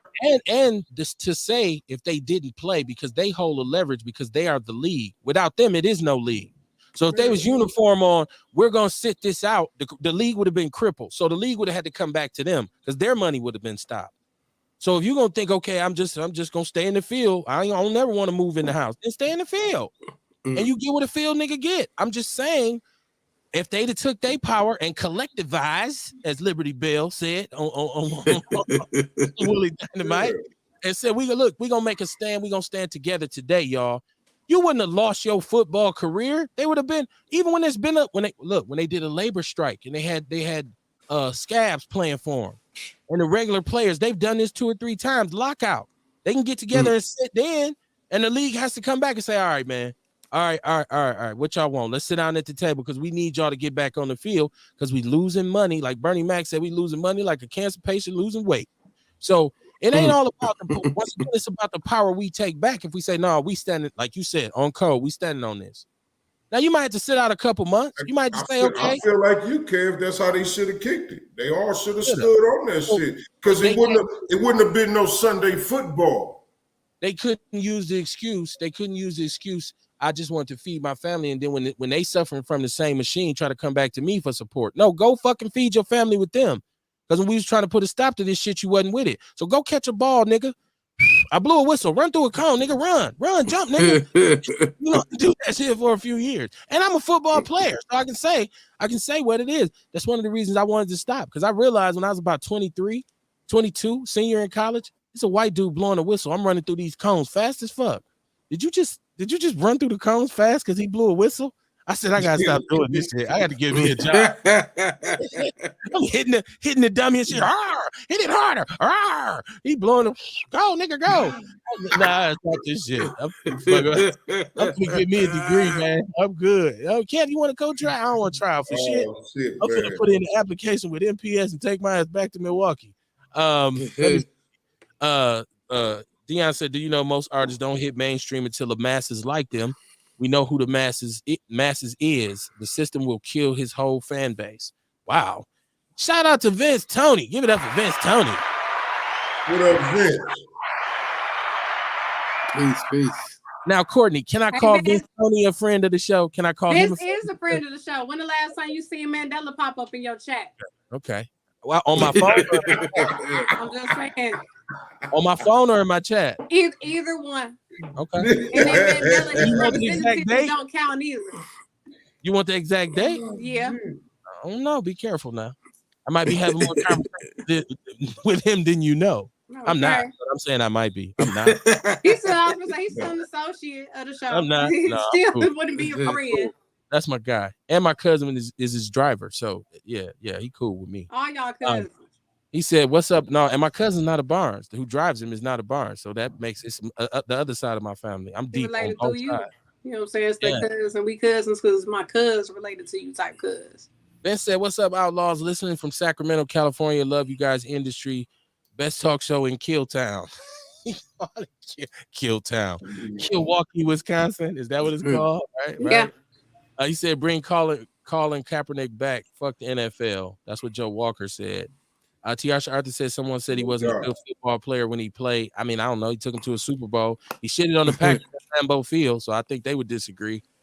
He got beat up. He got beat up for a minute, got hurt, and then they counted him out. He came back and played good, and he took a stand, and then he's been working at Walmart ever since. I'm joking. He said Colin Kaepernick from Milwaukee. He's adopted. He lived in Milwaukee. Not Milwaukee.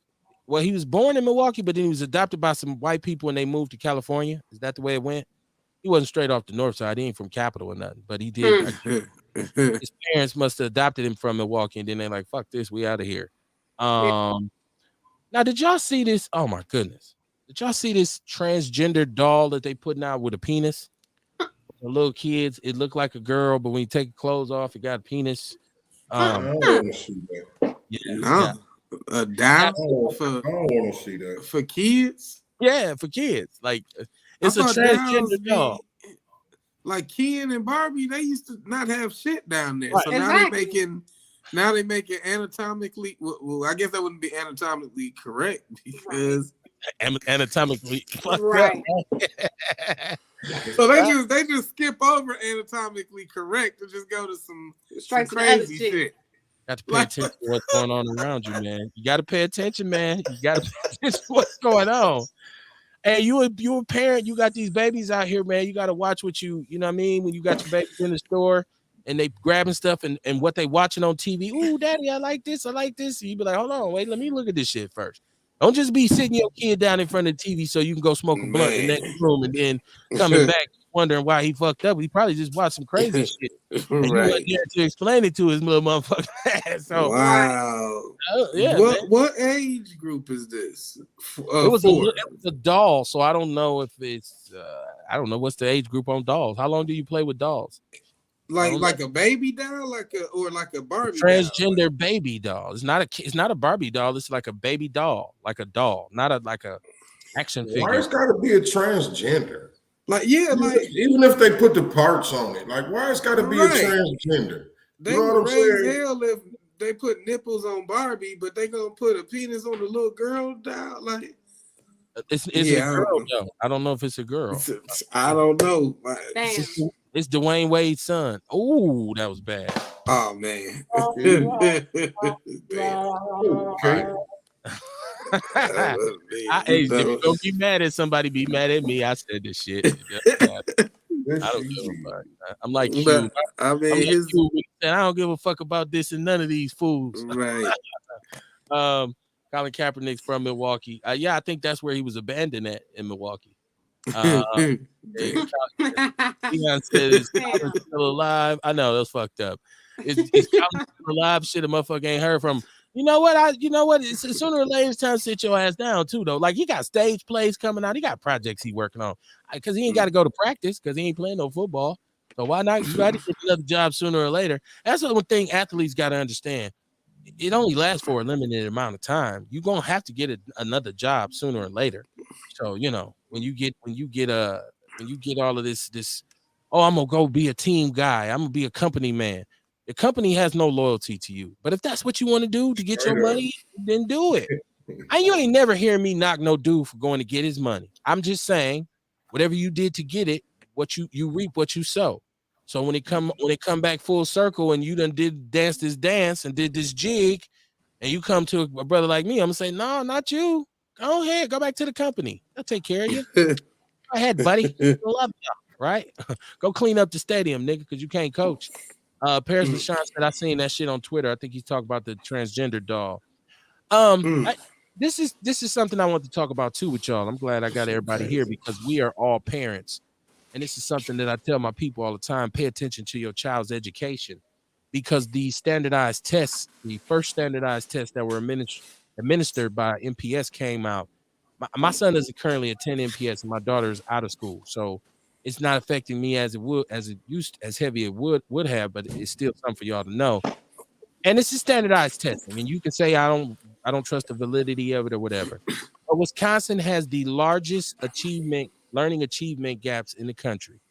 After they've done post-COVID, they've done the standardized testing. And I just want to kind of go over some of the data from this. Now, if you're not a data person, you say I hate when Kev do statistics, then it's the part where you can go like get you something to drink or something, go pee or something. Don't cut the show off, but go pee or something. Because I'm about to talk statistics. I'll be right back. Right. No, I'm just You ain't wrong. You ain't wrong. I'm just fucking with y'all. Fourth grade math, white students in Wisconsin scored about 37% higher than black students. The next difference, 18%, was in Connecticut, Pennsylvania, and Ohio. In fourth grade reading, white students in Wisconsin scored about 22% higher than black students. The next biggest difference was 19% in California and Maine. In eighth grade math, white students in Wisconsin scored about 23% higher than black students. The next biggest difference was 17% in New Jersey. And in eighth grade reading, white students in Wisconsin scored about 16% higher than black students. The next biggest difference, 15%, was in Missouri. Okay, so what does this all mean? So my doctoral dissertation is about how poverty affects literacy in third graders. In foundational Black American third graders in Milwaukee, Wisconsin. I have to break the whole thing down because the research would be too far reaching if you don't. And I came up with that 7 years ago because I looked around and I look at our community and I say this all the time. Literacy in Black Milwaukee is not very high, right? You listen to the show, you say, damn, is this dude telling us we can't read? Kinda. I am kind of saying that. And one of the reasons why we don't know a whole lot about politics and business and law and our own rights is because a lot of us can't read. Now, there's a difference between saying words that you see on paper and comprehending their meaning. You know what that means. When you read a paragraph, and I would say it would be bad to do, but if you did it, it'd be very embarrassing if you took a simple passage from not necessarily a super technical, a scholarly book, but something that we all could digest and said, I'm going to take 10 people, I'm going to have them read a paragraph, and I'm going to ask them what did the paragraph they just read mean. If you set up shop in the Black community and you had people to participate, the number of people who actually comprehend who could comprehend what they just read would be low, right? Right. I'm not victim shaming you if you have problems reading. I'm not. But the one thing about a grown person who's illiterate does is they tend to raise children who are illiterate, who tend to raise children who are illiterate, who tends to raise children who are illiterate. One of the things that I found in my research was that from kindergarten to about third grade, they teach you how to read. They teach you how to sound out words. They teach you how to spell words. Write them down. We're going to have a spelling test. Write it down. From third grade on, you have to read to learn. Because in third grade, they say, here go a word problem, motherfucker, in math. Okay, read this chapter in science. We're going to have a quiz on it. Not that all that information is accurate either. I don't want people to get it twisted. But I'm talking about building the level of comprehension in a community. If the babies can't read, right, then that means to me that a lot of the adults can't read. Because one thing that a literate person does, or a person who reads well, is they sit their children down and say, hey, read this. We did it early. Let's see if dude can read. Let's see if she can read. Here, what this say? And if there's a problem there, then you take that to the teacher and say, look, I'm a little worried. He or she is not reading the way it should be. What services do you offer here at the school for literacy? And a lot of times they'll call you. Like we did it, we did a little test, and she ain't really reading too well. You might want to, get some help for that. We're not doing that. Yeah. So we talk about the violence in the community because you got a lot of people who are going on through school because of social promotion, graduating as adults who are effectively illiterate. So what is your contribution to the workforce? You're going to get menial jobs if you can get any opportunity at all, which means you then qualify for some sort of government benefits and you get placed in the box where they put all the poor people at, which increases your chances of encountering some violence or some sort of aggressive behavior by somebody who's in the same boat as you trying to get the same thing you're trying to get. I don't know if that made sense. But the moral of the story is make sure your kids can read. If you as an adult have problems reading, you can do it on the low. You can sign up on the internet right now. We live in YouTube. Go to YouTube and put phonics or whatever. Work on it. Work on it in private. It's very important for you to be able to understand what's being said to you. And that's why I say we get lazy on politics because we don't want to read all that. I don't feel like reading all this bullshit. You just want somebody to read the fucking what they used to call them, the notes. Remember that when we was in school, what they used to call them? I don't know if y'all remember. I don't know if y'all old enough. But you can get any novel book, any novel or book, you get the notes, the Cliff Notes. I think that's what it was called, where you can get a cheat on the test. And they'd be like, well, they didn't tell your ass everything. They just gave you main ideas and you flunk anyways. But reading is fundamental and it's absolutely necessary, man. It's absolutely necessary. For a very long time, with all the records that R. Kelly had written and produced and sang, we assumed this man was a billionaire. Come to find out he was functionally illiterate. He didn't even own his own music. Has signed his masters away, signed his royalties away because he couldn't read. And there's been several artists who got juked by the system. You say he got to be rich. No. That motherfucker had a contract so bad he didn't get shit. That's why he's still 60 on the road trying to sing that old ass song from the 90s and shit. Come on, everybody get up. Somebody scream. No, motherfucker, you scream. You hard up for cash, ain't you? That's what DJ Academic's punk ass meant when he said these dudes is dusty. And he said it the wrong way and he was fouled for being disrespectful. But I got I understood what he meant in saying these dudes signed some of the most fucked up contracts and they out here looking bad and got classic songs that's still in the rotation.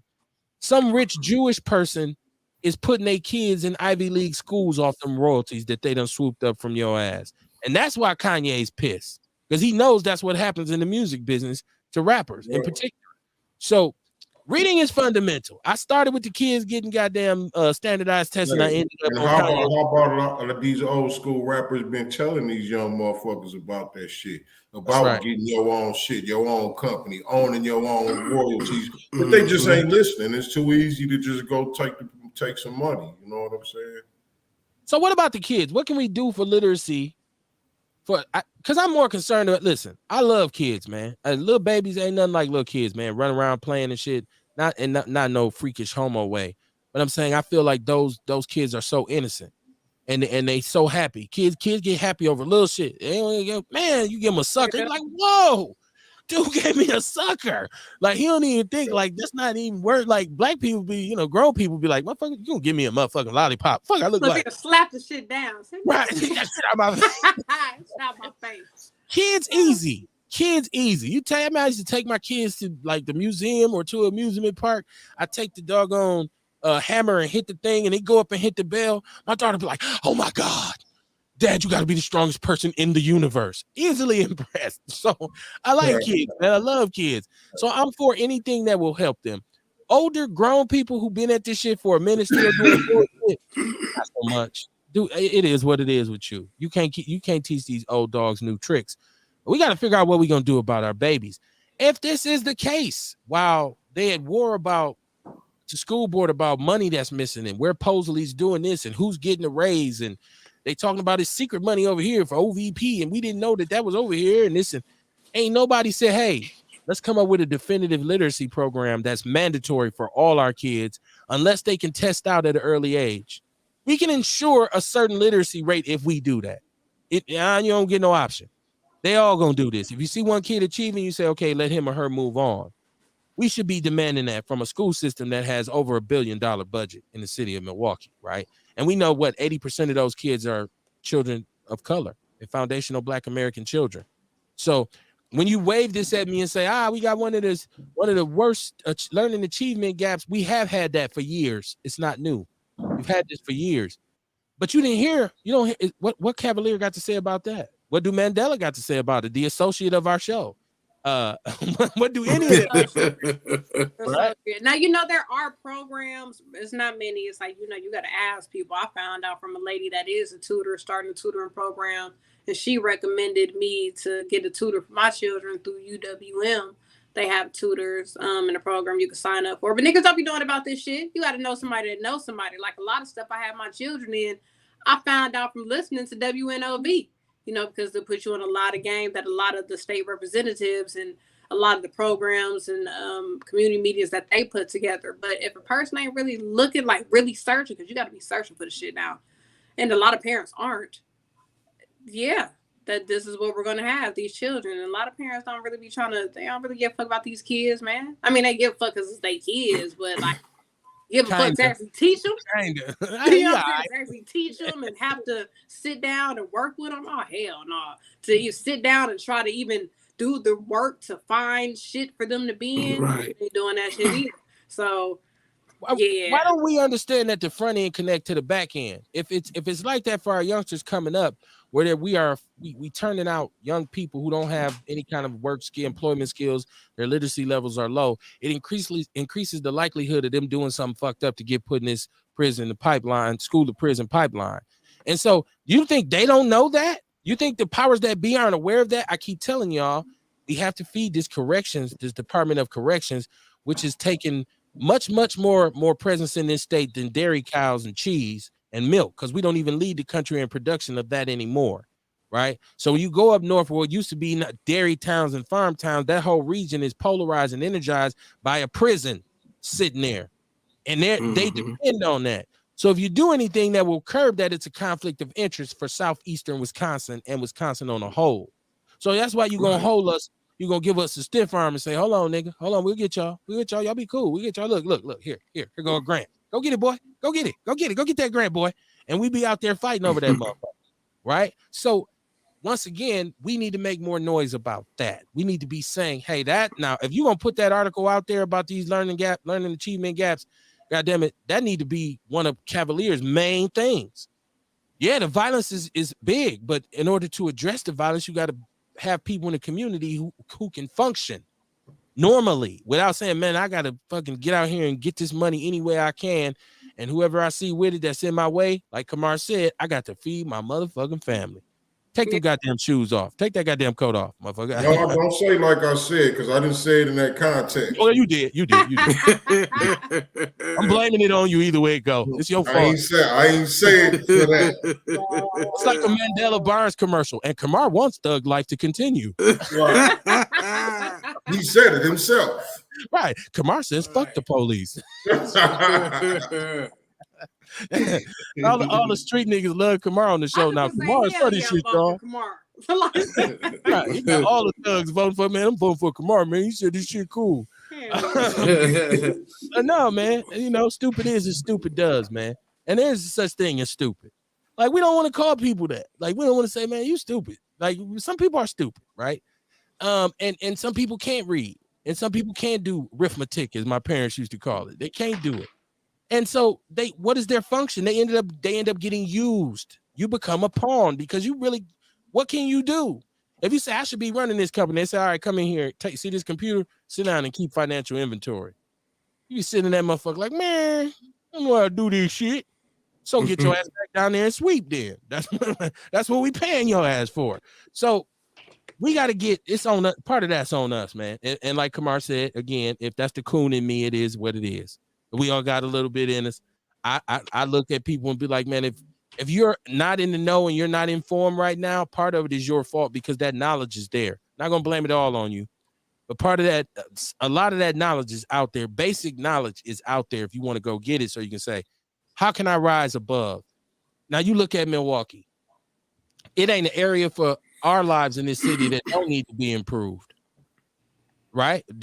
And I don't see them being addressed. Now, I do want to give credit where credit is due. Shout out to Jasmine Tyler, who's been on the show. She brought Trey the Truth from Houston. He came up here. What's the youngster's name who was choked by the racist white boy? When I told you, just a picture of him getting choked. Trayvon, I think his name is. And Trey the Truth, who is a rapper who's nationally, pretty big, Southern Texas rapper. He came up here, gave the boy 6 bikes and a PlayStation 5.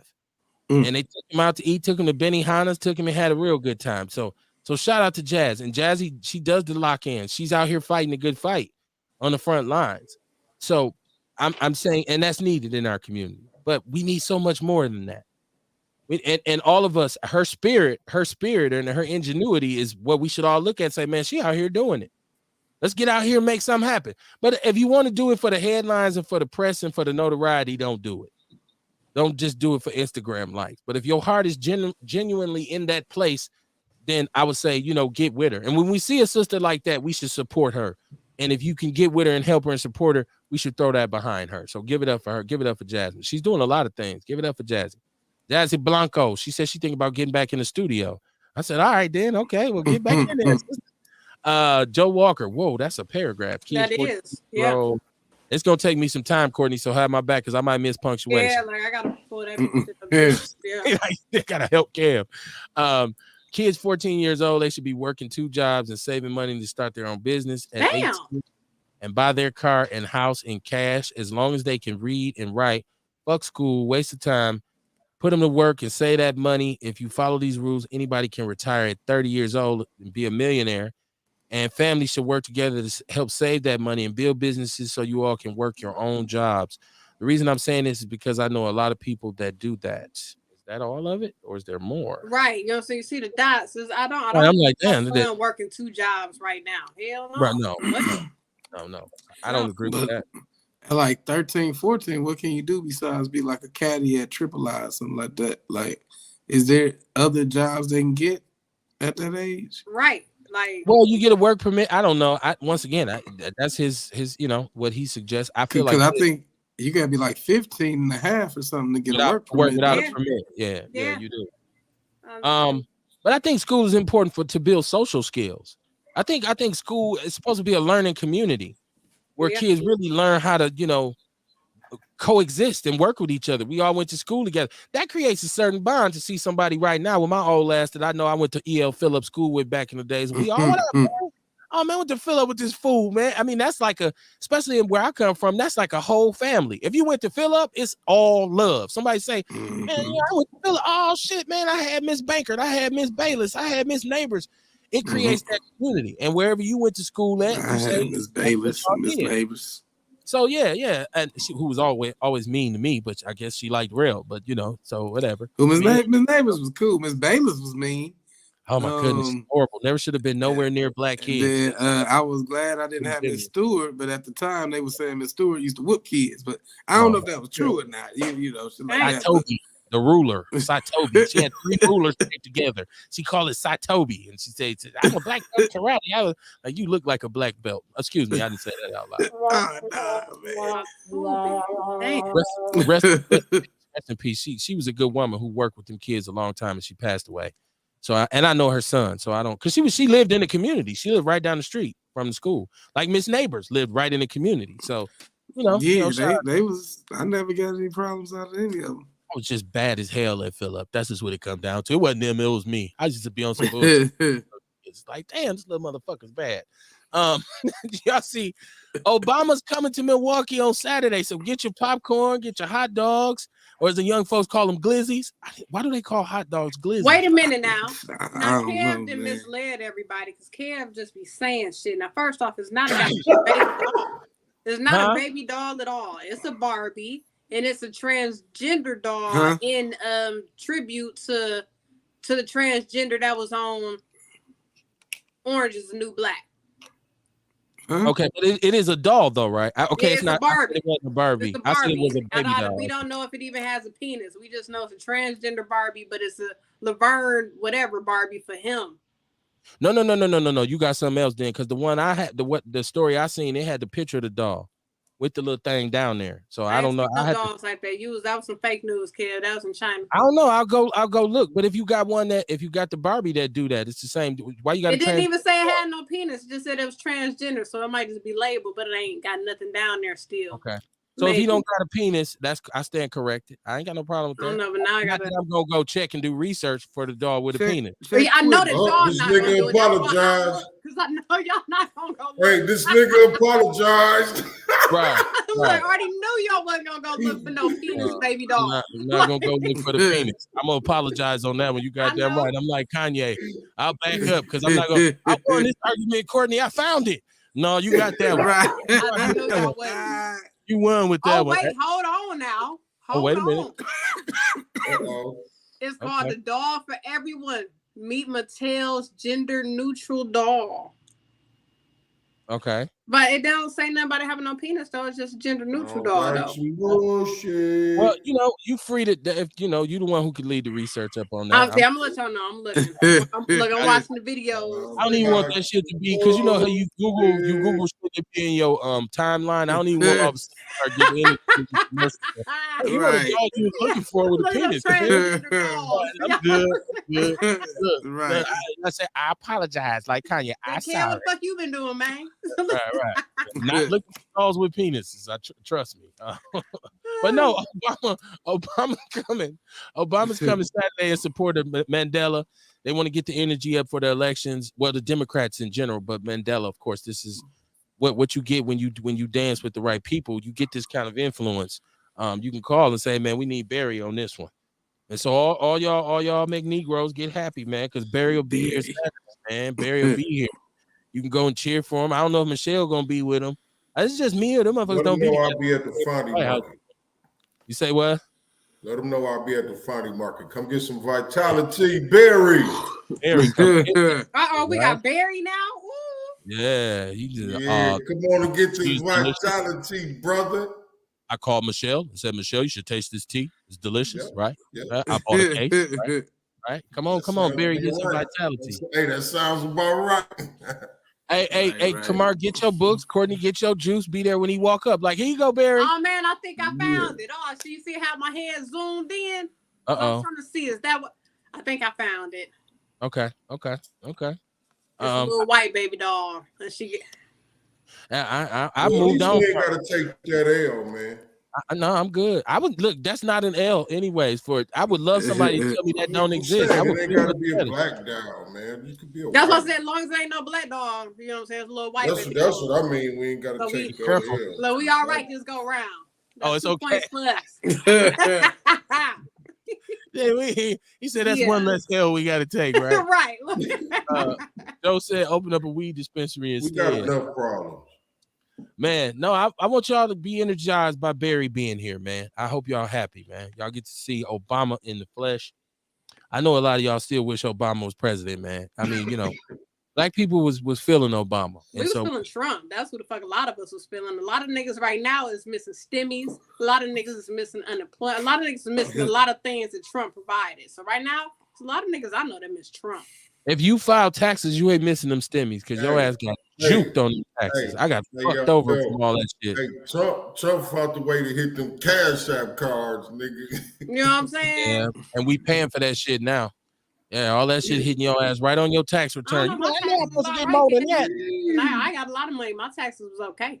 I ain't get shit. I got one. Cause you make too much motherfucking money, Kev. That's why. No, it ain't like that. I don't make no money. You making too much over there, okay?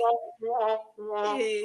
We don't got shit. We have no money. I got a flip phone. Ask T. Arthur. I'm doing this show on a flip phone. Do that, Courtney. There ain't no money over here.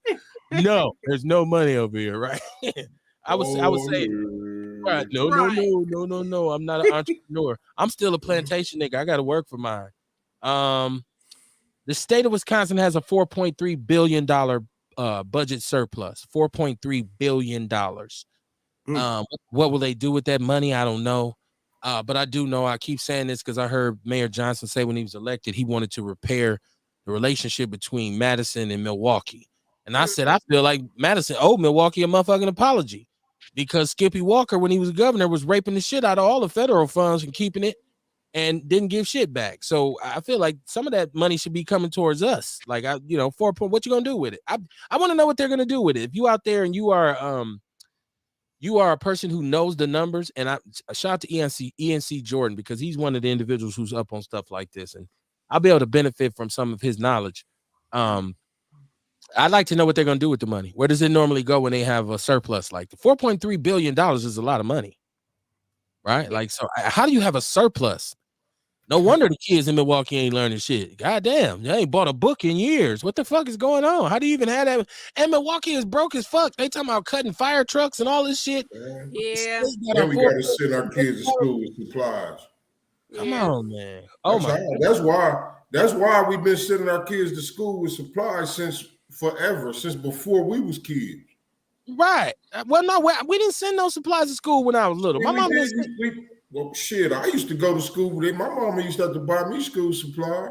Well, okay, well, hold on. Let's talk about supplies. You talking about pencils, paper, folders, right? But no, okay, so now I'm talking about the list you get. Should be supplying that shit. They got all that money. Now you get a different list: Kleenex, hand wipes, hand sanitizer, snacks. You get it. I mean, what the fuck is this? It be all of that. Yeah, you need all of that. Yeah. So when I say that, I mean no, we didn't do that. When I was little, they had paste and glue and scissors and crayons, and your mother did have to get you pencil, but you had that too at the school if you didn't have it. Good days then, Kev. Damn. Yeah, well, MPS was kind of working then, kind of working. Thanks. It was kind of working. There was still some of us who were children of that black middle class from the 70s when they had the highest standard of living for black people in the country. So, it was still functioning. It wasn't until we got on the other side of the 90s where shit went belly up. Like, oh, shit, what happened?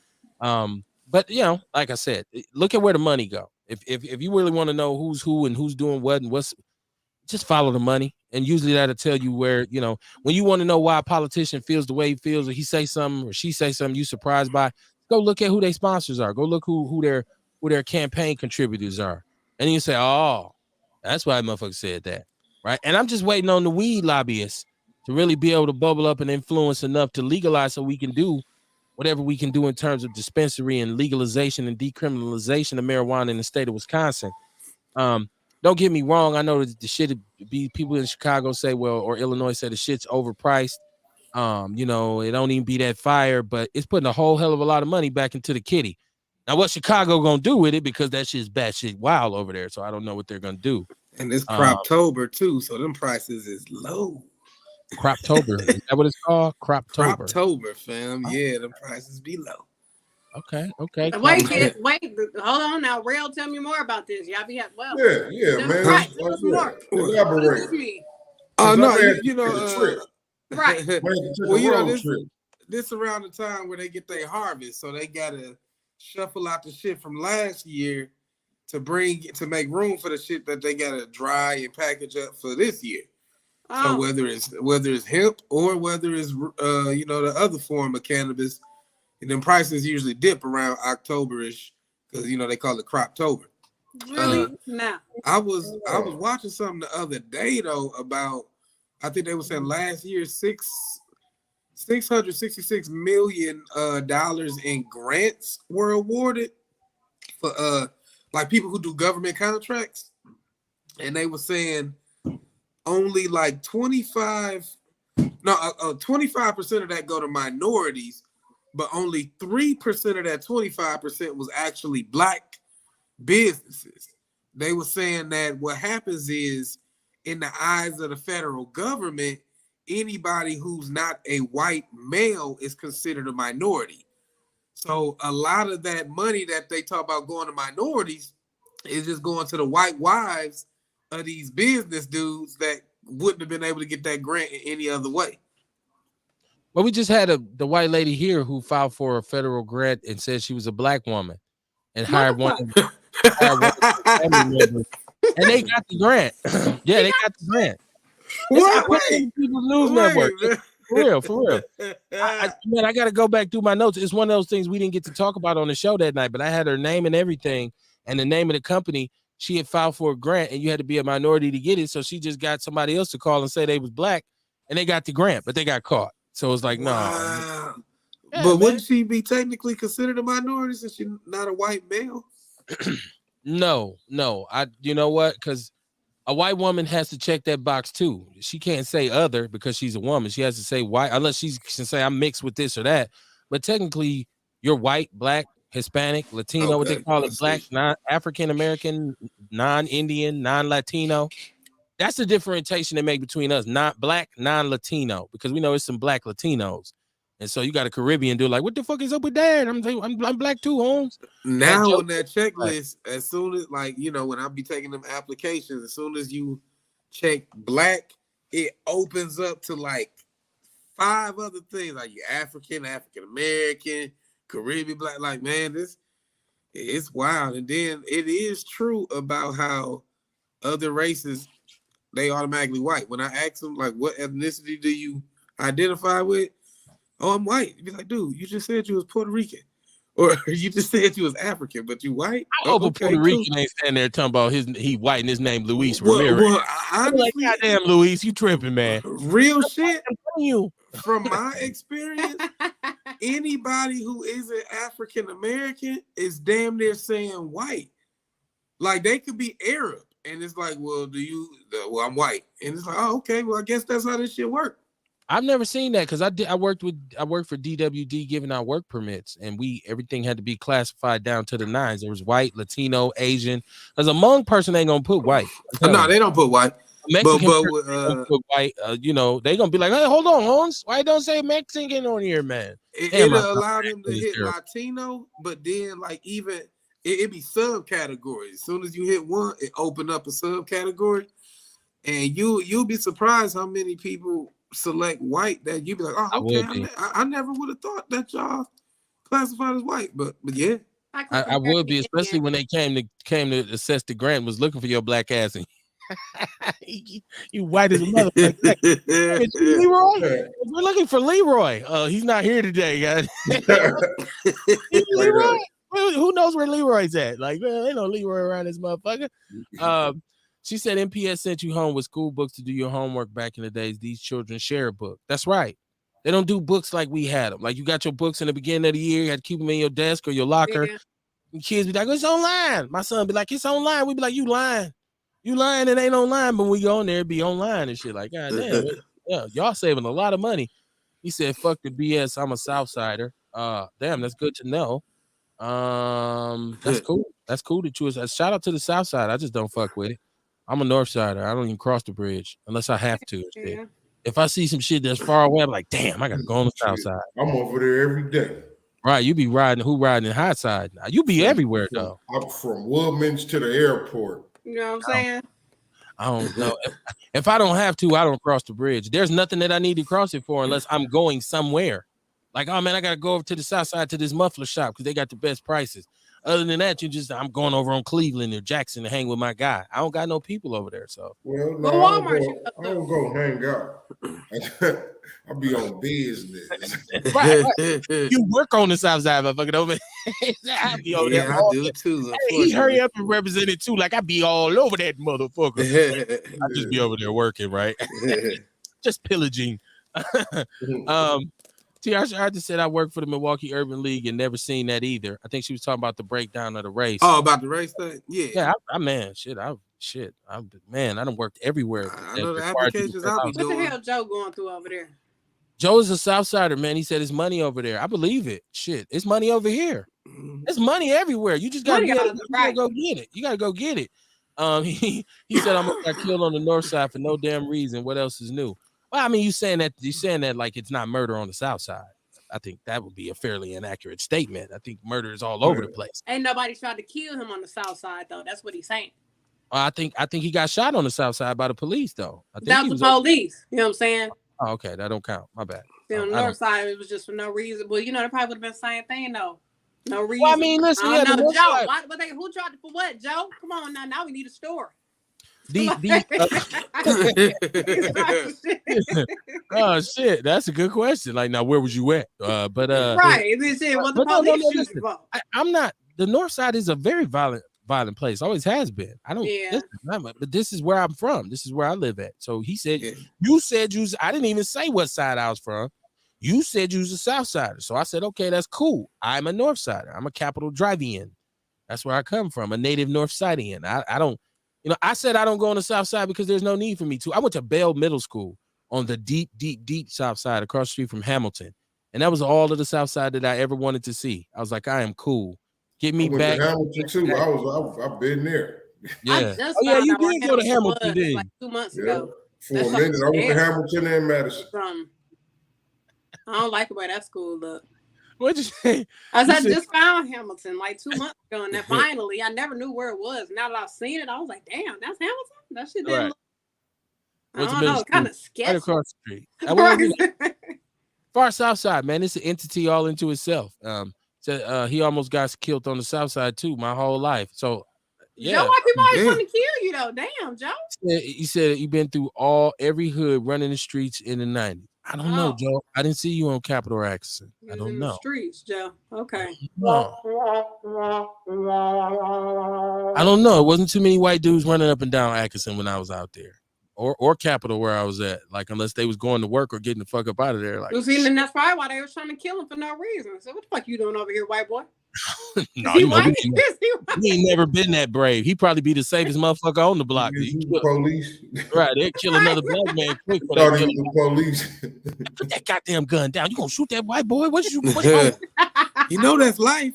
Right. Motherfucker, you trying to get us all took to jail. Shoot the nigga. See, shoot him. Don't shoot him. Right? Like, he's like, oh, man, we hate ourselves. Don't we though? Damn, man, that was it.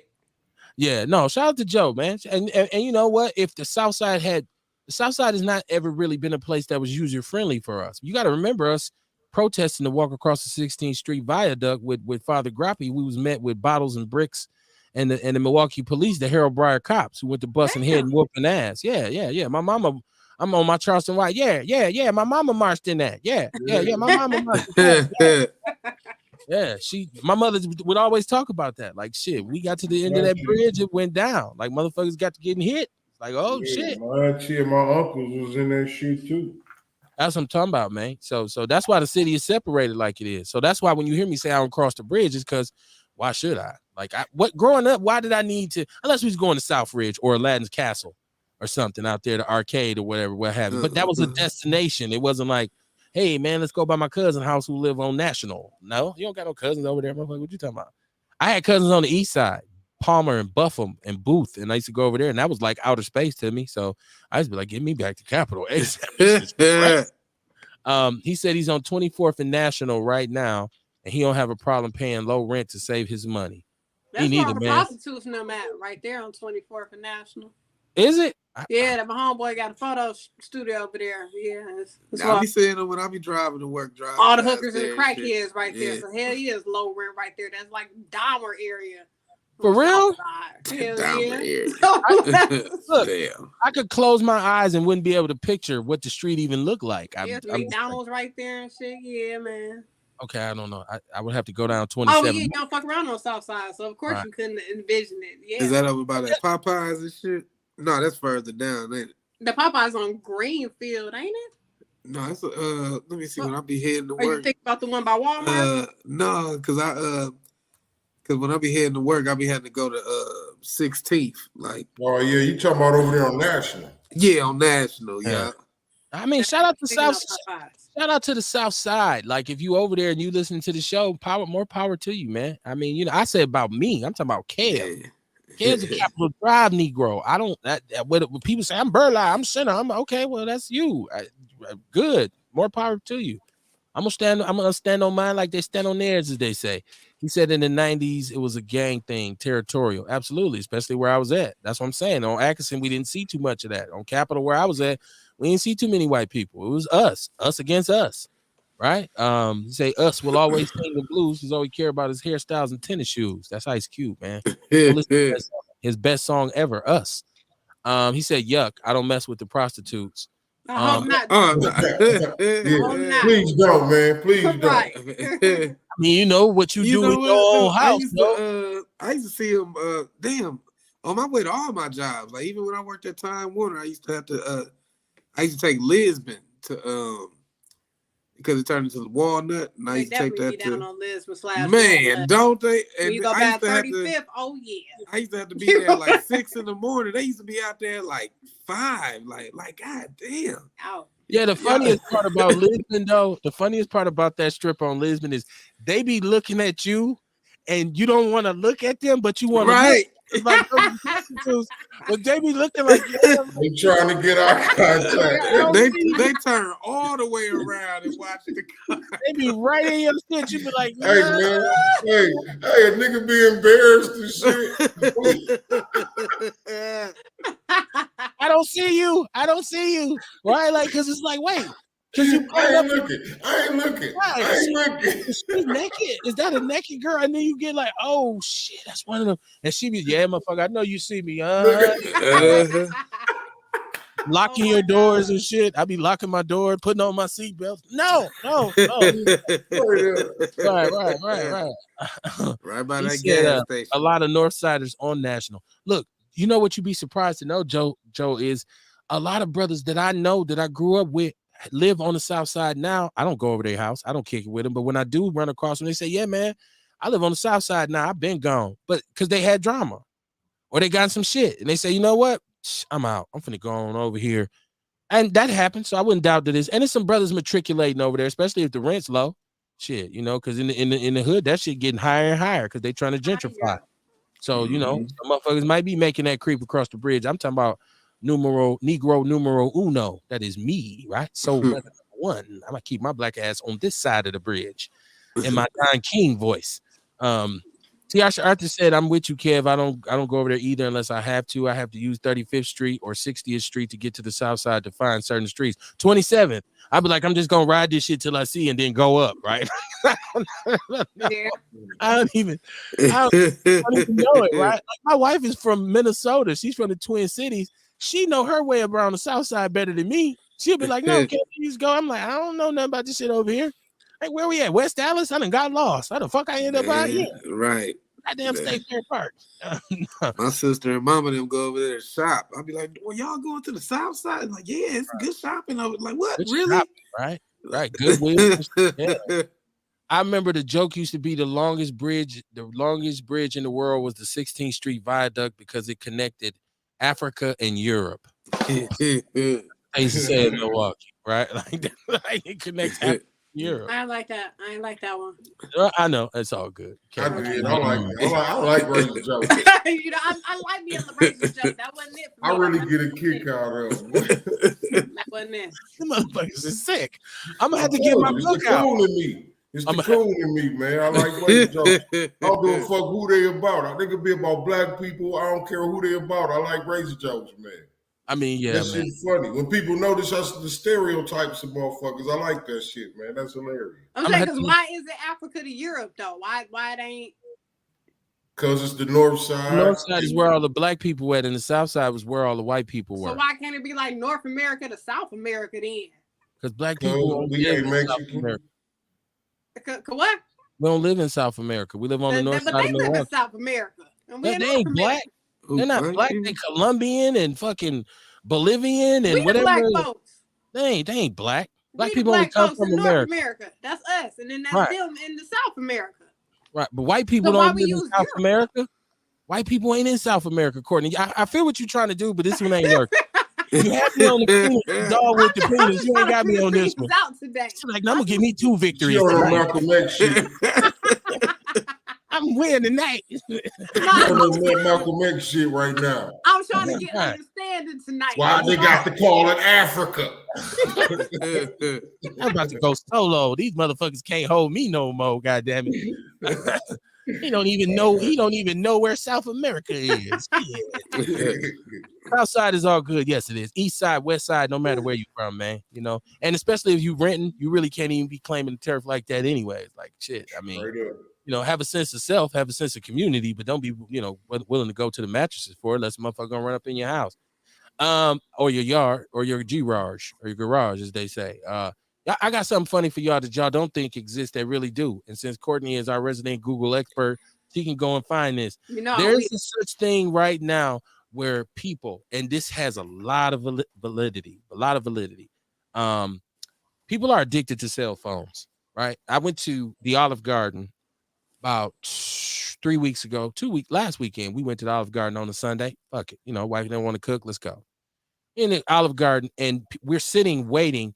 Everybody, even the little kid, was like this. You go sit the average place, nobody's talking to anybody. Everybody's like this. Leave the house without your phone. Leave. God damn. What is that? I left my motherfucking phone. Man, we got to go back to the crib. Or let somebody phone be getting ready to run down. Motherfucker in the hardware store with his shit plugged up, standing by the wall. What you doing? I'm charging my phone. You done went behind the counter and set your shit up. Hey, hold this for me to the cashier till you get done shopping. We are addicted to our phones. Yeah. And so right now, people who try to wean themselves from getting off these phones, they come down with a sickness. Now check this out. It's called nomophobia. It's called no more fucker. Look, I know how to spell that. I got no more fucker. Phobia. I got that one. Nomophobia. It's called nomophobia or no mobile phone phobia. Yes. It's used to describe a psychological condition when people have fear of being detached from a mobile phone connectivity. Right. Now, see, you thought you say, man, can't make this. No motherfucker. Right. That's what say when motherfuckers say you got your phone. When they say you got your phone, you say, no, motherfucker, don't you see me looking? No motherfucker. If you go without it too long, hey Beauty, how you doing? Beauty Waddington. She said, hey y'all. You see, I was looking for Beauty earlier. Hey Beauty. But nomophobia, man. So my challenge would be, because I know I can't really do this. Really, I could do it because I did it before when one time I was really broke and I didn't have no cell phone. For real. Like, you broke the motherfucker when you ain't got no phone, right? Like my shit was cut off, right? I was in between blessings like a son bitch. I had a house phone put in, so I used to be walking with the cordless phone like it was my cell phone, right? I'm trying to tell you, I did it before. But the thing is, challenge yourself to see if you can go a whole day without your phone. Because we use the phone for more than just phone calls. Like people, when they ain't got nothing to do, you know what they do? When you bored, when ain't shit on TV, ain't nobody even calling you. You just on that motherfucker, just scrolling. So I gave my ass a screen time. I gave myself a 2-hour screen time, and then sometimes you could that should be gone by 9 a.m. You like, damn, it's been 2 hours. I just scrolled 2 hours worth already. So what the hell do you do after that? Huh? What do you do? What you ain't got no phone. After that, like you done burnt your shit up by 9 o'clock. Then you just got to do some other shit. Now your phone, you could skip it, or you could just be a real motherfucker and be like, well, I guess I'm done for the day. Fuck it. You know what I'm saying? So it depends on, you know what I'm saying, the discipline and what you gonna do. Is you gonna stop? Or is you gonna like, man, fuck that, I'm back on. Your ass gonna be twitching like a crackhead in 2 hours. That motherfucker gonna be going off, bing, like somebody hitting my phone. I need to get that. You know it ain't nobody, but you ding, all nobody. Right? We are addicted to them. I'm old enough to remember when we didn't have them. Right? Like a lot of people ain't old enough to remember when we didn't have cell phones. Like remember being a grown-up who didn't have a cell phone. So when a phone rang, you didn't know who was on the end of that motherfucker unless you had caller ID, which was new. So when you picked up the phone, you said, hello, who is this? Because you didn't know. Now you look at this motherfucker and say, look, this nigga calling me, dog. I ain't gonna even answer this shit. Oh, no, man, this motherfucker killed me, man. But I remember when we didn't have them. I remember when they came out and they didn't have real internet connection on them, right? Where it wasn't no social media. Imagine this. I remember when there was no social media, no Twitter, no Facebook, none of that. I remember the first part of that shit was MySpace. MySpace, hell yeah. when that shit came up, and everybody's like, Mhm. wow, "This is incredible." It be get really with AOL in the AOL chat rooms and shit. All that Mhm. shit. Yeah. And Oh, yeah. texting And then used to Black be Planet, and yeah, then goddamn letters on each number. I wasn't And hip back each number then. till you got the right letter. Like, goddamn, it take me forever to write a sentence when I text. mhm. Now motherfuckers' thumbs be like, "Ugh." People don't even want to call you. They would rather text you. What's going on? Exactly. That shit Like, wild. this society that we in, man. Yeah, No that's why I more said voice phobia, man. messages. Shit, you finna hear my No voice. more. Goddamn. No more phobia, man. That's crazy. I heard a commercial on the radio. There's a lawsuit now for people who are addicted to Instagram. Like there's a class action lawsuit. Like, is your kid depressed and just all kind of shit because of Instagram? Then it was saying how social media platforms actually know they're causing addiction, and it was saying, based upon that documentary Social Dilemma, it said how all kind of science go into getting people addicted to these social platforms. So now there's a class action lawsuit for Instagram. Yeah, I don't know how you gonna stop it though, because convenience is everything. And if I want some news, or if I want to be updated on something, to just pull his phone out and say, boom, here it is, as opposed to I got to come in the house, cut the TV on, turn to the channel, cut on my desktop, wait till it load and all this. Fuck, just get my phone. Get my phone. And it's gonna give me some hood news with some live motherfucking video feed, niggas out there recording on the porch and shit. Niggas at the spot Right, I recording seen live this and shit shit. live. What? I use it for business. That shit is sonic And crack. that's the thing too, bro. I be trying to stay away, but it's like for business. Right.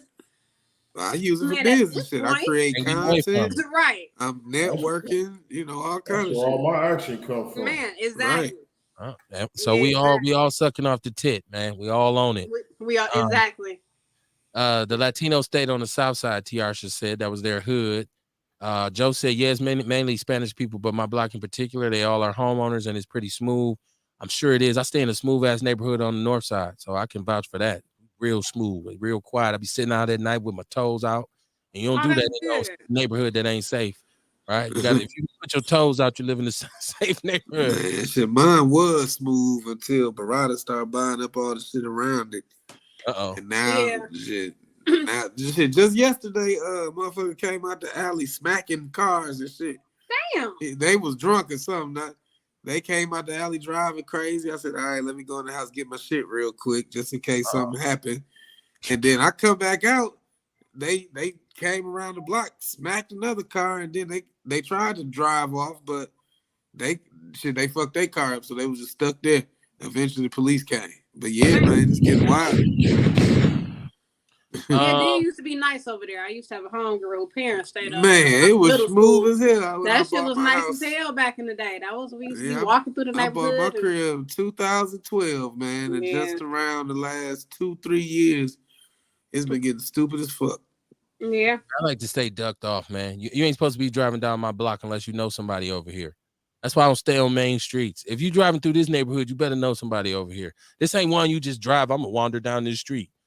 You got to take some turns and shit to get into it. So, that'll keep me safe. But if you do, decide I'm gonna go over here with some bullshit, then you get what you get. We got something for that. Painkillers, Tylenols. Joe Walker said it's smooth, but it's not safe. If you mind your business, the problem don't come your way. Milwaukee's not safe. It ain't no safe neighborhood in Milwaukee. Your ass can get anywhere. You get fucked up anywhere in Milwaukee. It used to be some places you were like, oh man, it's cool out here, whatever.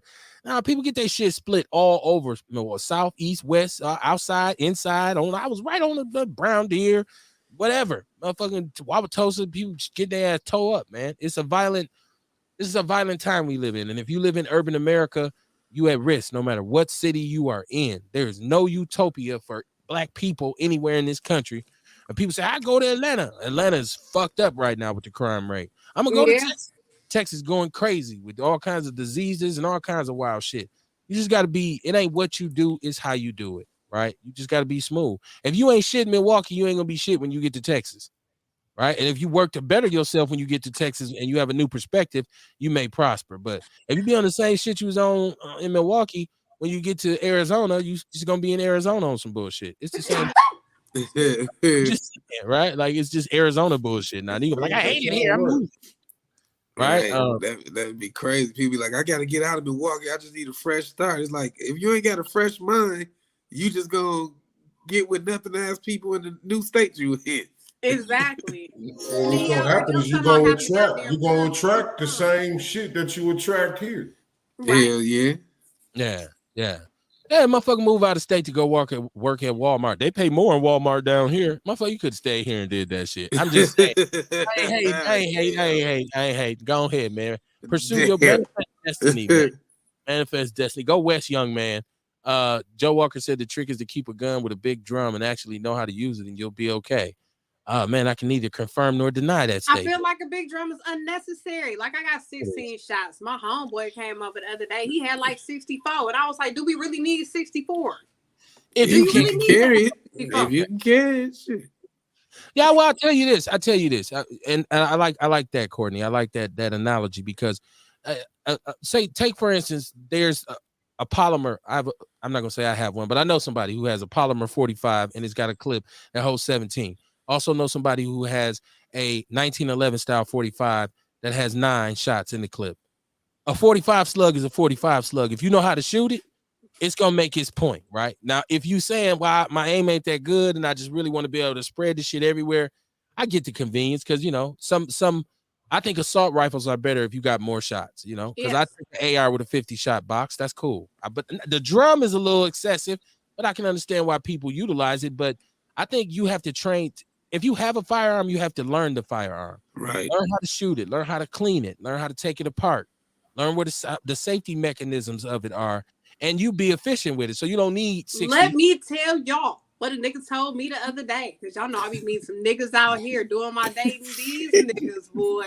Okay, so he a felon. He be whatever. He be doing this thing. So we were talking about guns and things, and I was talking about going to the range and how I prefer outdoor range. He was like, well, first off, he said the shit wrong. He was like, well, I just use the RV. So I'm thinking he's talking about shooting at an RV. No, he's talking about the virtual reality, the VR. That is how he practices shooting. God damn. Right. Like on That's Beverly why Hills motherfuckers be getting fucked up out here. Niggas don't go to the range. They practicing on the RV and then coming out here trying to shoot for real. I think he was just trying to impress you. No, he said it numerous times. He was very serious. He meant this, Kev. This was, you got to know when niggas be serious. Like, okay. Brother, you let the camper outside. Hey, what's wrong with you? Everybody need to get out of Milwaukee, said Joe. 51st and Brown Deer and the blocks turn into street names is pretty smooth. It's nice and quiet. 51st and Brown Deer and the blocks that turn into street names. So yeah. I mean, it's pockets. I think whatever. But that's Brown Deer. That's not Milwaukee. I mean, Brown Deer Road. No, see, like 60th and below is Brown Deer, but 60th and up is not. So that's Brown Deer. Yeah, the street signs turn brown and shit. Technically, that ain't Milwaukee. Yeah, that's not Milwaukee. Milwaukee County. But it is Milwaukee County. I think there's safe communities because in some of these dangerous neighborhoods, there's some safe spots where people in the community are like, look, we got a standard over here. We gonna stand on this shit together, and it'll be real cool. But a lot of times the shit around it, it's just like you got to fight to keep that out because that element will creep in and it'll fuck shit up. He said all you need is a clip and know how to hit your target. You got to know how to shoot it. Well, they need to. Yeah, these niggas don't be even going and practicing real guns, and then it's different guns. How are you practicing with the virtual reality gun? I mean, game for numerous guns. Like, if you're not dealing with the recoil of different calibers and whatnot, you don't have no understanding of that. So. Just to let y'all know, they just put a roundabout on like 42nd and Locust. So don't y'all be doing no late night random drive. I know I seen this day picking somebody up, and he was like, "Watch out for the roundabout," and I'm like, "What?" And then it was right there. Damn. On Locust, right by when I'm driving down Locust and shit. Yeah, Locust like the south side. I really drive down Locust. I gotta be going somewhere specific to be on Locust. Nowhere. Hey, this nigga don't go nowhere but to work. He do not be cruising through the city at all. And if that's where work is, I'm sure going over there. But other than that, nah, man, I'm out at 5. No, you see me pulling up out, talking about I'm going back to the west side, man. I'm real cool. Shit. Real shit. I rarely cross Capitol now unless I got a specific purpose on the south side of the Capitol. Like all my shit is on the northwest side. Right, but even when I call myself out here kicking it and moving and like boom, boom, I wasn't on Locust. Unless we went to a bar or something, or if I had a cousin who's man, come pick me up. Hey man, be ready when I get there, right? Like so, boom, come on, in, let's go. Yeah, if it wasn't for me Ubering, but that's not my home. I don't know when I would have figured that out. I used to stay off of 28th and Locust in one of them houses that be in the back of the house, the cottage. Oh, yeah. Wow. I wondered about those. I used to live in one of them cottage houses. Crack house. That was always the crack house back in the days. If it was a house behind it, like go back there and get to work. Go get your weed back there. Damn. No, man, that's just how we did it over there on Atkinson. He said you don't need a drum, but you should have one in case a crowd armed individuals hit your block. Yeah, but now they pulling up 2-3 cars deep. So I understand if you like, hey, I'd rather have and not need than to need and not have, because absolutely motherfuckers is on bullshit now and they all congregate together and we'll pull up 2-3 cars deep. And it is robbing season. Just to let you know, the guy that shoots with the VR, he let me know that it's robbing season right now. So okay. Well, yeah. As we approach Christmas and shit, like this around the time. Y'all had a good time. It sounds like y'all had a good time, Courtney. Like, man, I want. Come on over and shit. Let's hang out. Right. Let me call you back. I'm robbing somebody. All right, yeah, just hit me back when you're done. He's you know what, Joseph, you're right. But I feel like a gun doesn't even guarantee your chance of survival. Unfortunately, I got homeboys who perish with their gun on their waist. And so, somebody get to drop on you, they get to drop on you, man. Yeah. I know some individuals who got shot in the leg with a 25 and they hit the right artery and they bled out and died. Right. And so it's just about, when it's your time to go, it's your time to go. But in terms of being armed, you can move with it and be efficient and be smart. And there's a way to do it. You have to be responsible, but it's just like anything else. You got to learn how to master it. You got a bunch of guns, man. You got to know those guns. I know the difference between any weapon that I have. I know the difference. I can give you the schematics of it. I tell you what's a positive on one, what's a pro, what's a con on the other. And I go to the range. So, but you know who's there when I go to the range? A bunch of white dudes. A bunch of them. Right. And it's funny to me every time I see some youngsters, some young brothers come in there, and they come in there with their shit, and I be wanting to kind of help them a little bit and say, take advantage of this time to learn how to shoot, and don't be in here trying to make a rap video. Right. You in here holding it sideways. We got a drum. Like, bruh, that's not how this shit really goes, man. You gotta learn your weapon, man. Learn how to shoot your shit, right? So you won't hit the wrong person. At least, so you won't hit the wrong person. Yeah. Get a drum if you can handle it. He said he used to train at ranges, and I was a gun owner for 15 years. I used to work security. I used to shoot with the scumbag MPD, and I'm a very good shot.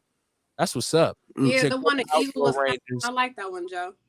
He said go to outdoor ranges. He used to go to the Eagle, Wisconsin when there was a nice place up there. I've never been to an outdoor one. Unless I was the first one I went to. I went to Mississippi and shot before. I've shot a gun and some guns in Mississippi, and my brother used to deer hunt, so I would go with him up in the woods, a little bit up north, where they would be, working, adjusting their sights, and let me go and take my shit and just air it out. But they always laugh like, "Why you come in here with these guns, these long ass clips and shit? Like this is not the north side of Milwaukee." But I'm like, bullshit. It is today, goddamn. But yeah, man. I mean, I endorse firearms, but I endorse being responsible with them. Right. Let me see what we got before we get out of here. Because I'm saying, can one of y'all go to the range with me? It's like I want to practice with my weapons, but I don't want to pay one of the niggas at the range.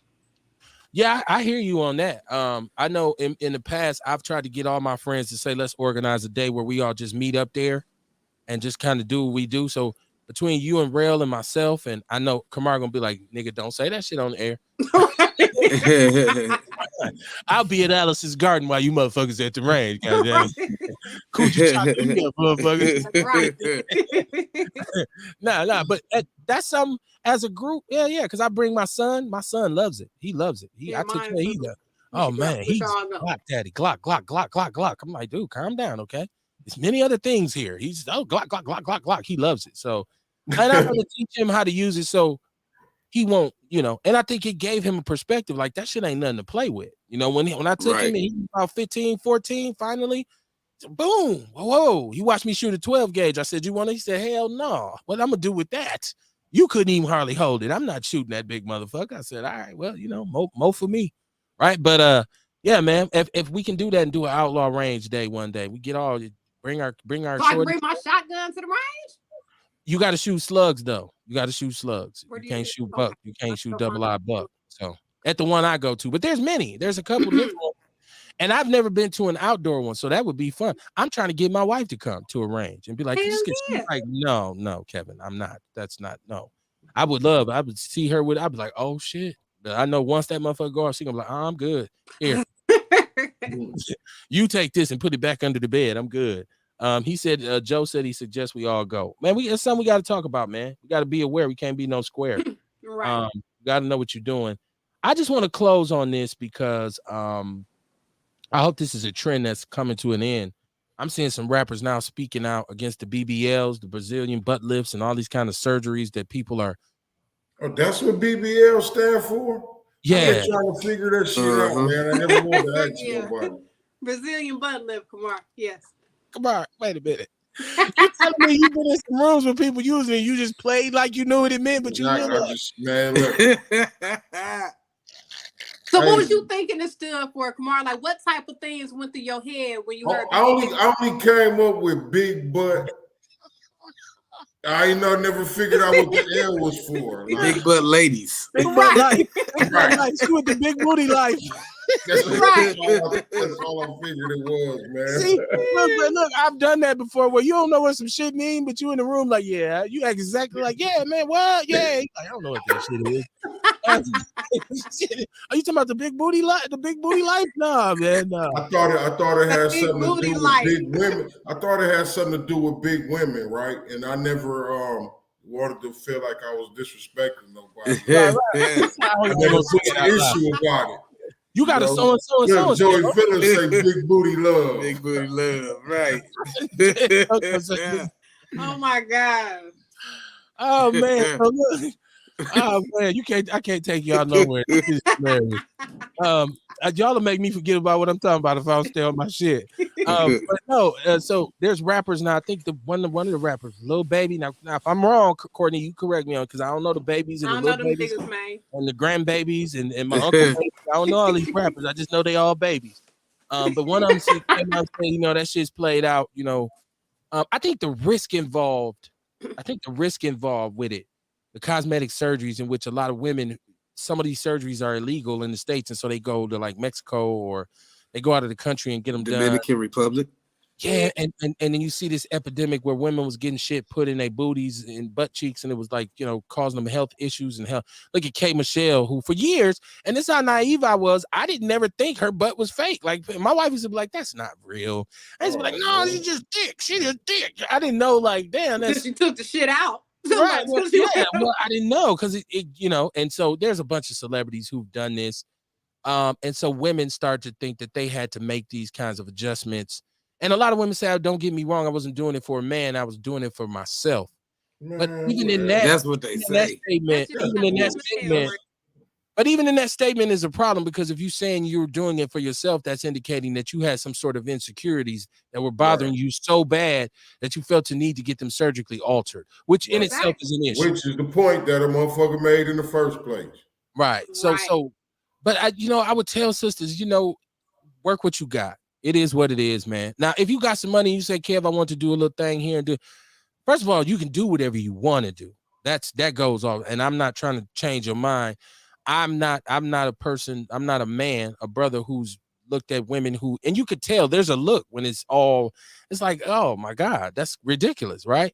And so my thing as a black man would be to tell black women in particular to really stay away from surgery because black women used to then invest in this kind of foolishness. At all. Like sisters really used to just work what they had. Like, boom. Now you see, I'm going, yeah, I'm getting this and then that. And I just think it's dangerous. And I think it puts a risk, you risking your life sometimes to get it done. And I hope the popularity of this wanes, right? I hope that it does kind of go away because I think people need to get more into being their authentic self, right? Like, because I see people who, and don't get me wrong, it's okay to make yourself look presentable if that's what you want to do. Like I like to say, man, I'm gonna give me a nice fresh cut, get a line, and get my stuff shaved up, whatever, trimmed up. Feel good about that. But I feel as good about myself when my shit's out of whack because I'm still the same person. Somebody might see me and be like, God damn, Kev, you look wild as fuck. But I don't love myself any less, because I don't have a haircut. So I'm saying let's figure out a way for us because that's a part of the root of this violence too, is that we just don't love ourselves. And so we got to get into that. We got to get into loving ourselves more. And I hope this surgical shit go out the window. Go ahead, Kamar. Yeah. Yeah, man. I also feel like you got to think about this shit too, right? Like I was just talking this morning, and I was talking about how like okay, a woman will go out, she leave the house in the morning, and the way it is now, it's like they have to leave like this. They can't go outside unless they got their wig, they got their eyelashes, they makeup on point. You know what I mean? They don't even look like their real self no more. So now when you meet a brother, you know what I'm saying? And then whatever happens, he only see you like this. And he don't like you. Fuck around and get you pregnant before you see the real you and shit. And now when he don't like the real you, he leave you. Because usually that's what's gonna happen, man. You know what I'm saying? Like that ain't who I liked in the first place. And you know what I'm saying? All of it turning to bullshit in the long run. And I think that's a lot of the reason why niggas be leaving too. I think too, though, you can't be so loose with your DNA if you're a brother too. At least wait, like Definitely. just calm down, man. You out here bareback and everything at the rodeo, bro. Slow down, man. Give me some time. Like I mean, just say, protect yourself in the beginning at least. You know what I mean? Like you go to the first shootout you ever been to and ain't got no vest on, right? You don't even know how to maneuver yet, man. Put your bulletproof vest on, man. Don't shoot the club up. Because you know what, unless you don't know what amounts to that. So like you said, Kamar, if I already, did my thing and I wake up the next morning like, oh fuck, who is you? It's me. Right. Oh shit, I fucked up. Hey, and the conversation came about because we was listening to something was on the radio a couple of days ago and we started talking about it. And it was the brother who was an old man or something. And the girl, it might have been a video on Facebook. But anyway, he met the girl, you know what I mean? They went home together. And then when he woke up in the morning, she done took her makeup off. She ain't got the wig on no more, no eyelashes, face naked as a motherfucker, you know what I mean? Edge is gone. He like, who the fuck is you? She hit him with the I'm gonna get you sucker. You know what I mean? She like, oh, nigga, quit tripping. Come on. Oh, nigga, quit tripping. Took her leg off. Get on back in this bed. Get on back in this bed. Quit tripping. No, fuck that. You know what I mean? That's how Kamara be for real, man. Fuck that. Get your ass up and get out. Right. Put your feet back on. Put your feet on so you can get down the stairs. For the past few years, though, a lot of women followed stripper culture. You know what I'm saying? Like there was shit done in the strip club for entertainment purposes that kind of bled out into regular women. Like even when women all had the little raccoon paws on their titties. Or the tiger prints down their thigh. Tramp stamp. Wait a minute. That shit started in the strip club. Or like even when I got a little bit of all of them, Kev. You might. I mean, they might. But a lot of it started as an influence in strip. Like even when women was cutting their hair real low and shit, they had the 360 waves type shit. You seen a lot of strippers and shit with that shit first. And then regular women try to emulate that shit. The red wigs, the green wigs, and blue tongue rings, all that shit started it like in the stripper club shit, and then it kind of bled out to the regular women, and now every woman, well, not every woman, but they made a lot of music videos. You know what I'm saying? Right, the 106 part shit. Yeah, then the video. Right, so now they all try to fit into this mold and shit, and it's first off, it's like I like variety, so I don't want to see every chick shaped the same. But secondly, you seeing women who got like daughters going through this process, and then it's like, what if your daughter is shaped how you used to be? You gonna keep telling her, baby, love yourself no matter what. I had a flat ass like you, but I had to get mine fixed, baby. Maybe when you grow up and get enough money, we can do yours too. Like, people, I don't know if people think about the long run like that. Like, I remember when that show, what was it called? The Swan or Ugly Duckling, Extreme Makeover. It was one of them shits. Yeah, I remember that. But I think it was a Milwaukee woman that was there one time, and she got her nose redid, teeth, all that shit. That sounds familiar. And then when she got back home to her kids, her youngest kid didn't recognize her, so he was scared of her.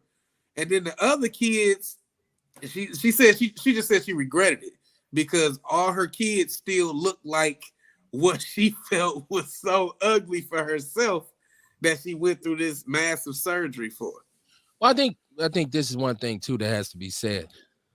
As men, as we get older, as we mature, as we go through the maturation process, beauty, what you find attractive and what you think is attractive in a woman changes. Right. So it becomes less about makeup and weave and hairstyles.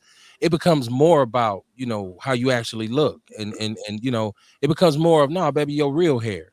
You know, no, you ain't gotta wear all that. I don't need you to wear all that shit. Like most men, at least matter of fact, I don't even want you to wear all that shit. Right. In my circle, at least the cats that I'm cool with in my inner circle, celebrate their wives being cool or their woman being cool, like without all of the extra shit. 12 pounds of weed, take you 3 hours to get dressed. You ain't got to be say, man, you're doing too much, man. You don't need to do all of that. But when you're young, of course, because men are visual anyways. And so when you young, it's like when you young and you see a chick who's half dressed in the club, you be like, oh shit, man, I'm finna. Older man be like, I'm cool on that shit. She probably got goddamn Jay Hosa foot, and you got that shit. Ain't no cure for that. So, because we equate that look with mileage. Like she looked like a hoe, she dressed like a hoe, she probably a hoe, right? So mature men, us grown men who actually, you know, can appreciate a woman without all the extra bullshit. I think we got to do our part to put that back because we don't train little youngsters no more on the art of really dealing with women, like chivalry. Like older brothers don't really teach youngsters about chivalry now. Like, nah, bro, this is how you gotta do it. You know, you gotta be smooth, man. You gotta be cool. I try to tell my son to be even tempered. Like, don't get too far gone. Don't be too cold and callous and cruel, but don't get too, oh, I'm so in love with you, baby. You're only 16 years old, bro. You still trying to figure out who you are. There's balance to it. So I think we as men have to start, because a lot of youngsters, and that's the emotional maturity where when she do say enough is enough, I'm finna break up with you. Nah, bitch. If I can't have you, nobody will. And so I got a pistol. I'm going, goddamn, what I'm supposed to do? So on another level, it comes down to us as brothers to say, because I know when I was young, the whole gangster shit, the NWA, the ghetto boy shit came out, the player shit, and we was coming off the crack epidemic where we was already mad because if you didn't have no money and no Cadillac, you couldn't get no play. So we jumped right into misogyny. A lot of us, that whole player shit with Biggie and them pimps became like goddamn superheroes at one point. And it was like, wait, you talking about pimps, right? We talking about sex traffickers of young women, those kinds of pimps. And real like, hold on, leave pimping alone. I know what you're gonna say, brokers. They're brokers, but I'm talking about the negative part of it. I'm talking about the part of it that we kind of put up on the, you know, you gotta slap the bitch like a pimp and all that, like, you know. And some little kid, meanwhile, is sitting there seeing his mother go through this. And go read Donald Goines' Never Die Alone. And ultimately, King David gets murdered by, and it was his son. And that was such a good motherfucking book until, you know, the movie was all right, but the book was great. Donald Goines is a great book. Good. I'm finna order that shit right now. Forgot about that. Donald Goines and Robert Beck, Iceberg Slim. Don't just read Pimp. Man, Donald Goines' his whole catalog called. Let me write his name down. That down. If you gonna read Iceberg Slim, you can read Pimp, but read The Naked Soul. Read Airtight Willie and Me. You know, read all of Iceberg's books. Like, don't just read Whore's Son. Don't just read Pimp and be like, oh shit, I'm up on it. And even if you read Pimp, it gives you such a thorough perspective of his whole existence and who's from here. Shout out to, rest in peace, to Iceberg Slim, who was raised in Milwaukee and kicked out of Milwaukee for his nefarious activities with young women. Tony said, after my divorce, it took over a year for a natural female to catch my eye, as she definitely caught mine. Yeah, Vince, I told you, Vince is an OG who can tell. And what I like, he said, miss your co-host podcast. How can I find it? I'm gonna give everybody a chance to get a links and whatnot, Vince, so we can support all the Outlaws. But Vince works with young, I see him all the time mentoring young brothers voluntarily, right? I see this, Vince, and I know he probably be like, Kev, I don't really need no whatever, but this is the way, right? Like, this is the way. Like, and I try to do it through coaching. That's why I'm trying to get back on the sideline now, because I see my presence is missed with the youngsters. I see the young brothers walking around. You ain't got no code. You ain't got no standards. You ain't got no. And if you disrespect the game of football, I got a problem with you because it saved my life. So when I see bad football, it make me want to throw up. My mother used to say, that make my ass itch. I don't know. I could never explain that. When something pissed her off, she said, that just make my ass itch. I used to be like, really? It's like crazy. But so the need for mentoring is there for our young brothers, and they need us. And so I'm trying to get back on this sideline so I can get these young boys and say, look, man, this your ticket, punch it. Let's ride it all the way out. I can tell you where to take you, right? I can tell you. I've been there and done that. So shout out to Vince, man. Vince, you do that. So now Rail was on the podcast, and I think he's asking about Rail. But I want to start with Courtney, because last time you was here, Courtney, you faded out and we didn't get to talk about your episode. You brought your podcast back, or did we get to talk about it? I'm old as fuck. No, you are a tad bit old. I say it every time. But yeah, I don't think we did talk about it. Conversation with Francois has come back. Really, because motherfuckers just kept asking for interviews. You know, I was fine just chilling in the darkness, you know, but people, hey, can you interview me? Hey, can I be on your shit? All right, then I guess we'll set something up. So I interviewed Rivera Lambert. We talked about her book. We talked about her business, her being a motivational speaker. And coming this week, we'll be talking with Butterfly of Butter Love about her business, her vegan business and cooking and chefing and being a parent and everything she has to offer. So that'll be Thursday, probably mid-afternoon. And that's on your Facebook page, on your Instagram page, on your everything. Courtney. Yeah, that will be on Conversations with Francois on YouTube, Courtney Francois on Facebook, and then I'm gonna share it all around. So it'll be around. We put it in the People's News Network as well, so it's always in there. Braille, now you've been on a couple, but the latest when you was on, what did you say the name of it was? Rules to Them Crowns. We were discussing is femininity ruining black male masculinity, and we touched on that. Okay. And how do you find that? Is that a page, or is it just on your page, or? Oh no, it's actually I posted it on my page, but it's on Tone Deaf, or he got that page where all the people who do podcasts in the studio, he posted live on there, and then I shared it. But I did share it to my Facebook page. I could share it into the People News Network. I think I already shared it in there, because anytime I see any of y'all doing anything, I always share it. When I see it. So don't, you say, Kev, you didn't share that one time. Share the dollars out your cash app, Kev. How about that? You say that again? Just share the dollars out your cash app. Well, it ain't no dollars in there right now, but it ain't nothing in there right now. Shit, you can have what's there. I give you half of what's in there now. We can split that motherfucker right down the middle right now. And Kamar, you all over the place like bird shit, so you ain't hard to find. Everybody know how to find Kamar. And you be on 494-949-2222. That's right, man. That's right. Like that. Get it together. He said that Lincoln, you talking about the NCSL. And, the funny part is I'm bringing a Big Black Sports Show back tomorrow, but I did have Evan Kern, who was the director for a while, and his father was one of the founding members of it. My son played in the NCSL for a couple of years until I got tired of the tomfoolery and we moved on to bigger and better things. But that's adults. And I had actually in my talking points, I wanted to talk about the behavior of Pee Wee parents at Pee Wee League games. We've had so many issues this year. There's even some cases where people have been shot and murdered. The parents got to reel it in because, my son, I was a coach. Anytime my son played on the team, more than likely I was on the sideline. And so, but there's always, you talking about 400-500 people in Lincoln Park on a Saturday morning, and they all are cheering for their kids. And it's just, it's us in our community. Once again, it's us. You motherfucker don't be, AAU's the same way. I've been at tournaments with my son, and I'm talking to him on the court saying, choke him out, Kev, choke him out. And I have a parent say, man, he ain't gonna be choking shit around. Like, motherfucker, chill. I'm talking about the game. Don't fuck around with the goddamn pig sticker I got in my pocket, because I like pistols, but I like knives too. You better be aware, motherfucker. I like my knife too, kid. That's right. Get it fucked up, right? Don't get it fucked up. Don't have your ass cheek laying on the bleacher, goddamn it. I ain't finna wrestle your ass. But no, I'm saying the parental behavior is ridiculous, man. It's ridiculous. It's ridiculous. So yeah, we got to work on that. So I'll look on the page, mention, and oh yeah. Vince will be on here Monday.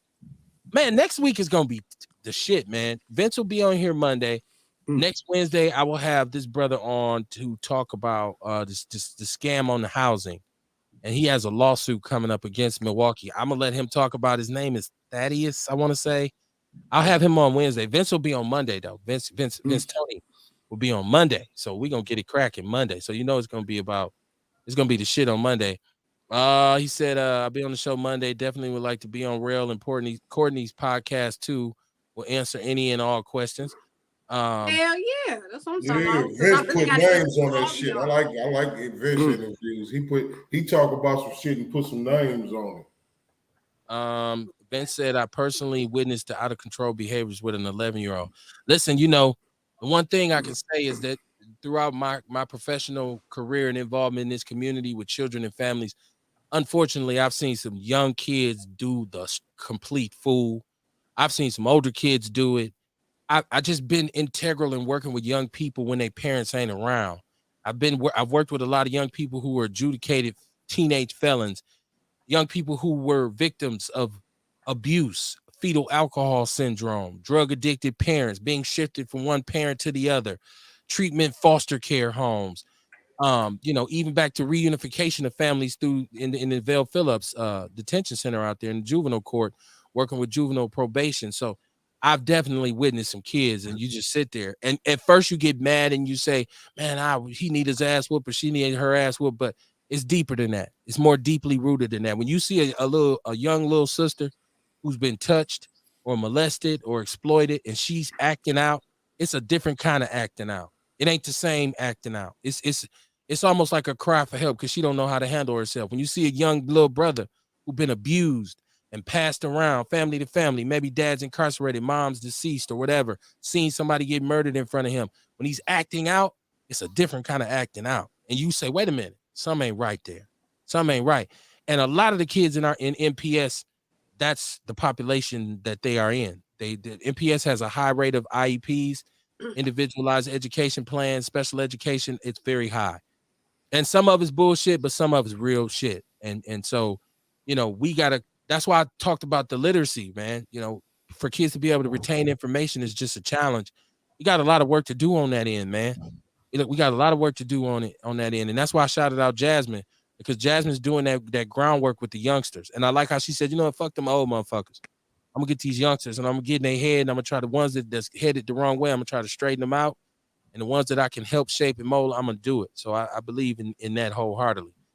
It's been great, man, to be here with y'all. We ran over. I told y'all if that conversation get to flowing, we'll keep your ass up late. You will be late for your plantation job in the morning.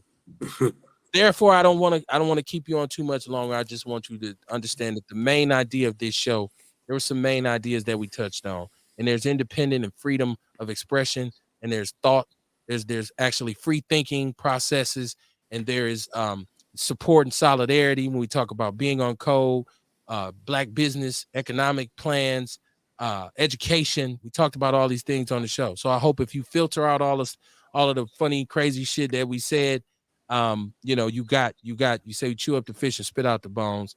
I don't pretend to be able to say the word with a podcast. We just try to pass information around. We don't try to tell you what to think. We just tell you to think, man. And hopefully you go through your own processes. Research the researcher. Don't go running off of something every time somebody tell your ass something. Here you go with the shit. But some people will send you off. They'll spin you and send you off just to see you run with it. Like, look, this motherfucker. I just told this guy, he's dumb as hell. So you just got to research the researcher, man. And I understand that it's literacy is a big thing. So I know a lot of us ain't comprehending what we read. I understand that. And that's something we got to work on. And we got to make literacy cool. Like we can make anything cool. Black people can make anything cool. We need to start putting out some raps on some rappers rapping about literacy, goddamn it, and learning how to read, and commercials with little catchy rap jingles about literacy and shit like that. Got to get it together, black people. The good thing is I'm running to the fight with y'all. I ain't running away from it, and neither are any of my co-hosts. So the opinions expressed on Outlaw Radio are solely those of the motherfucker that said it.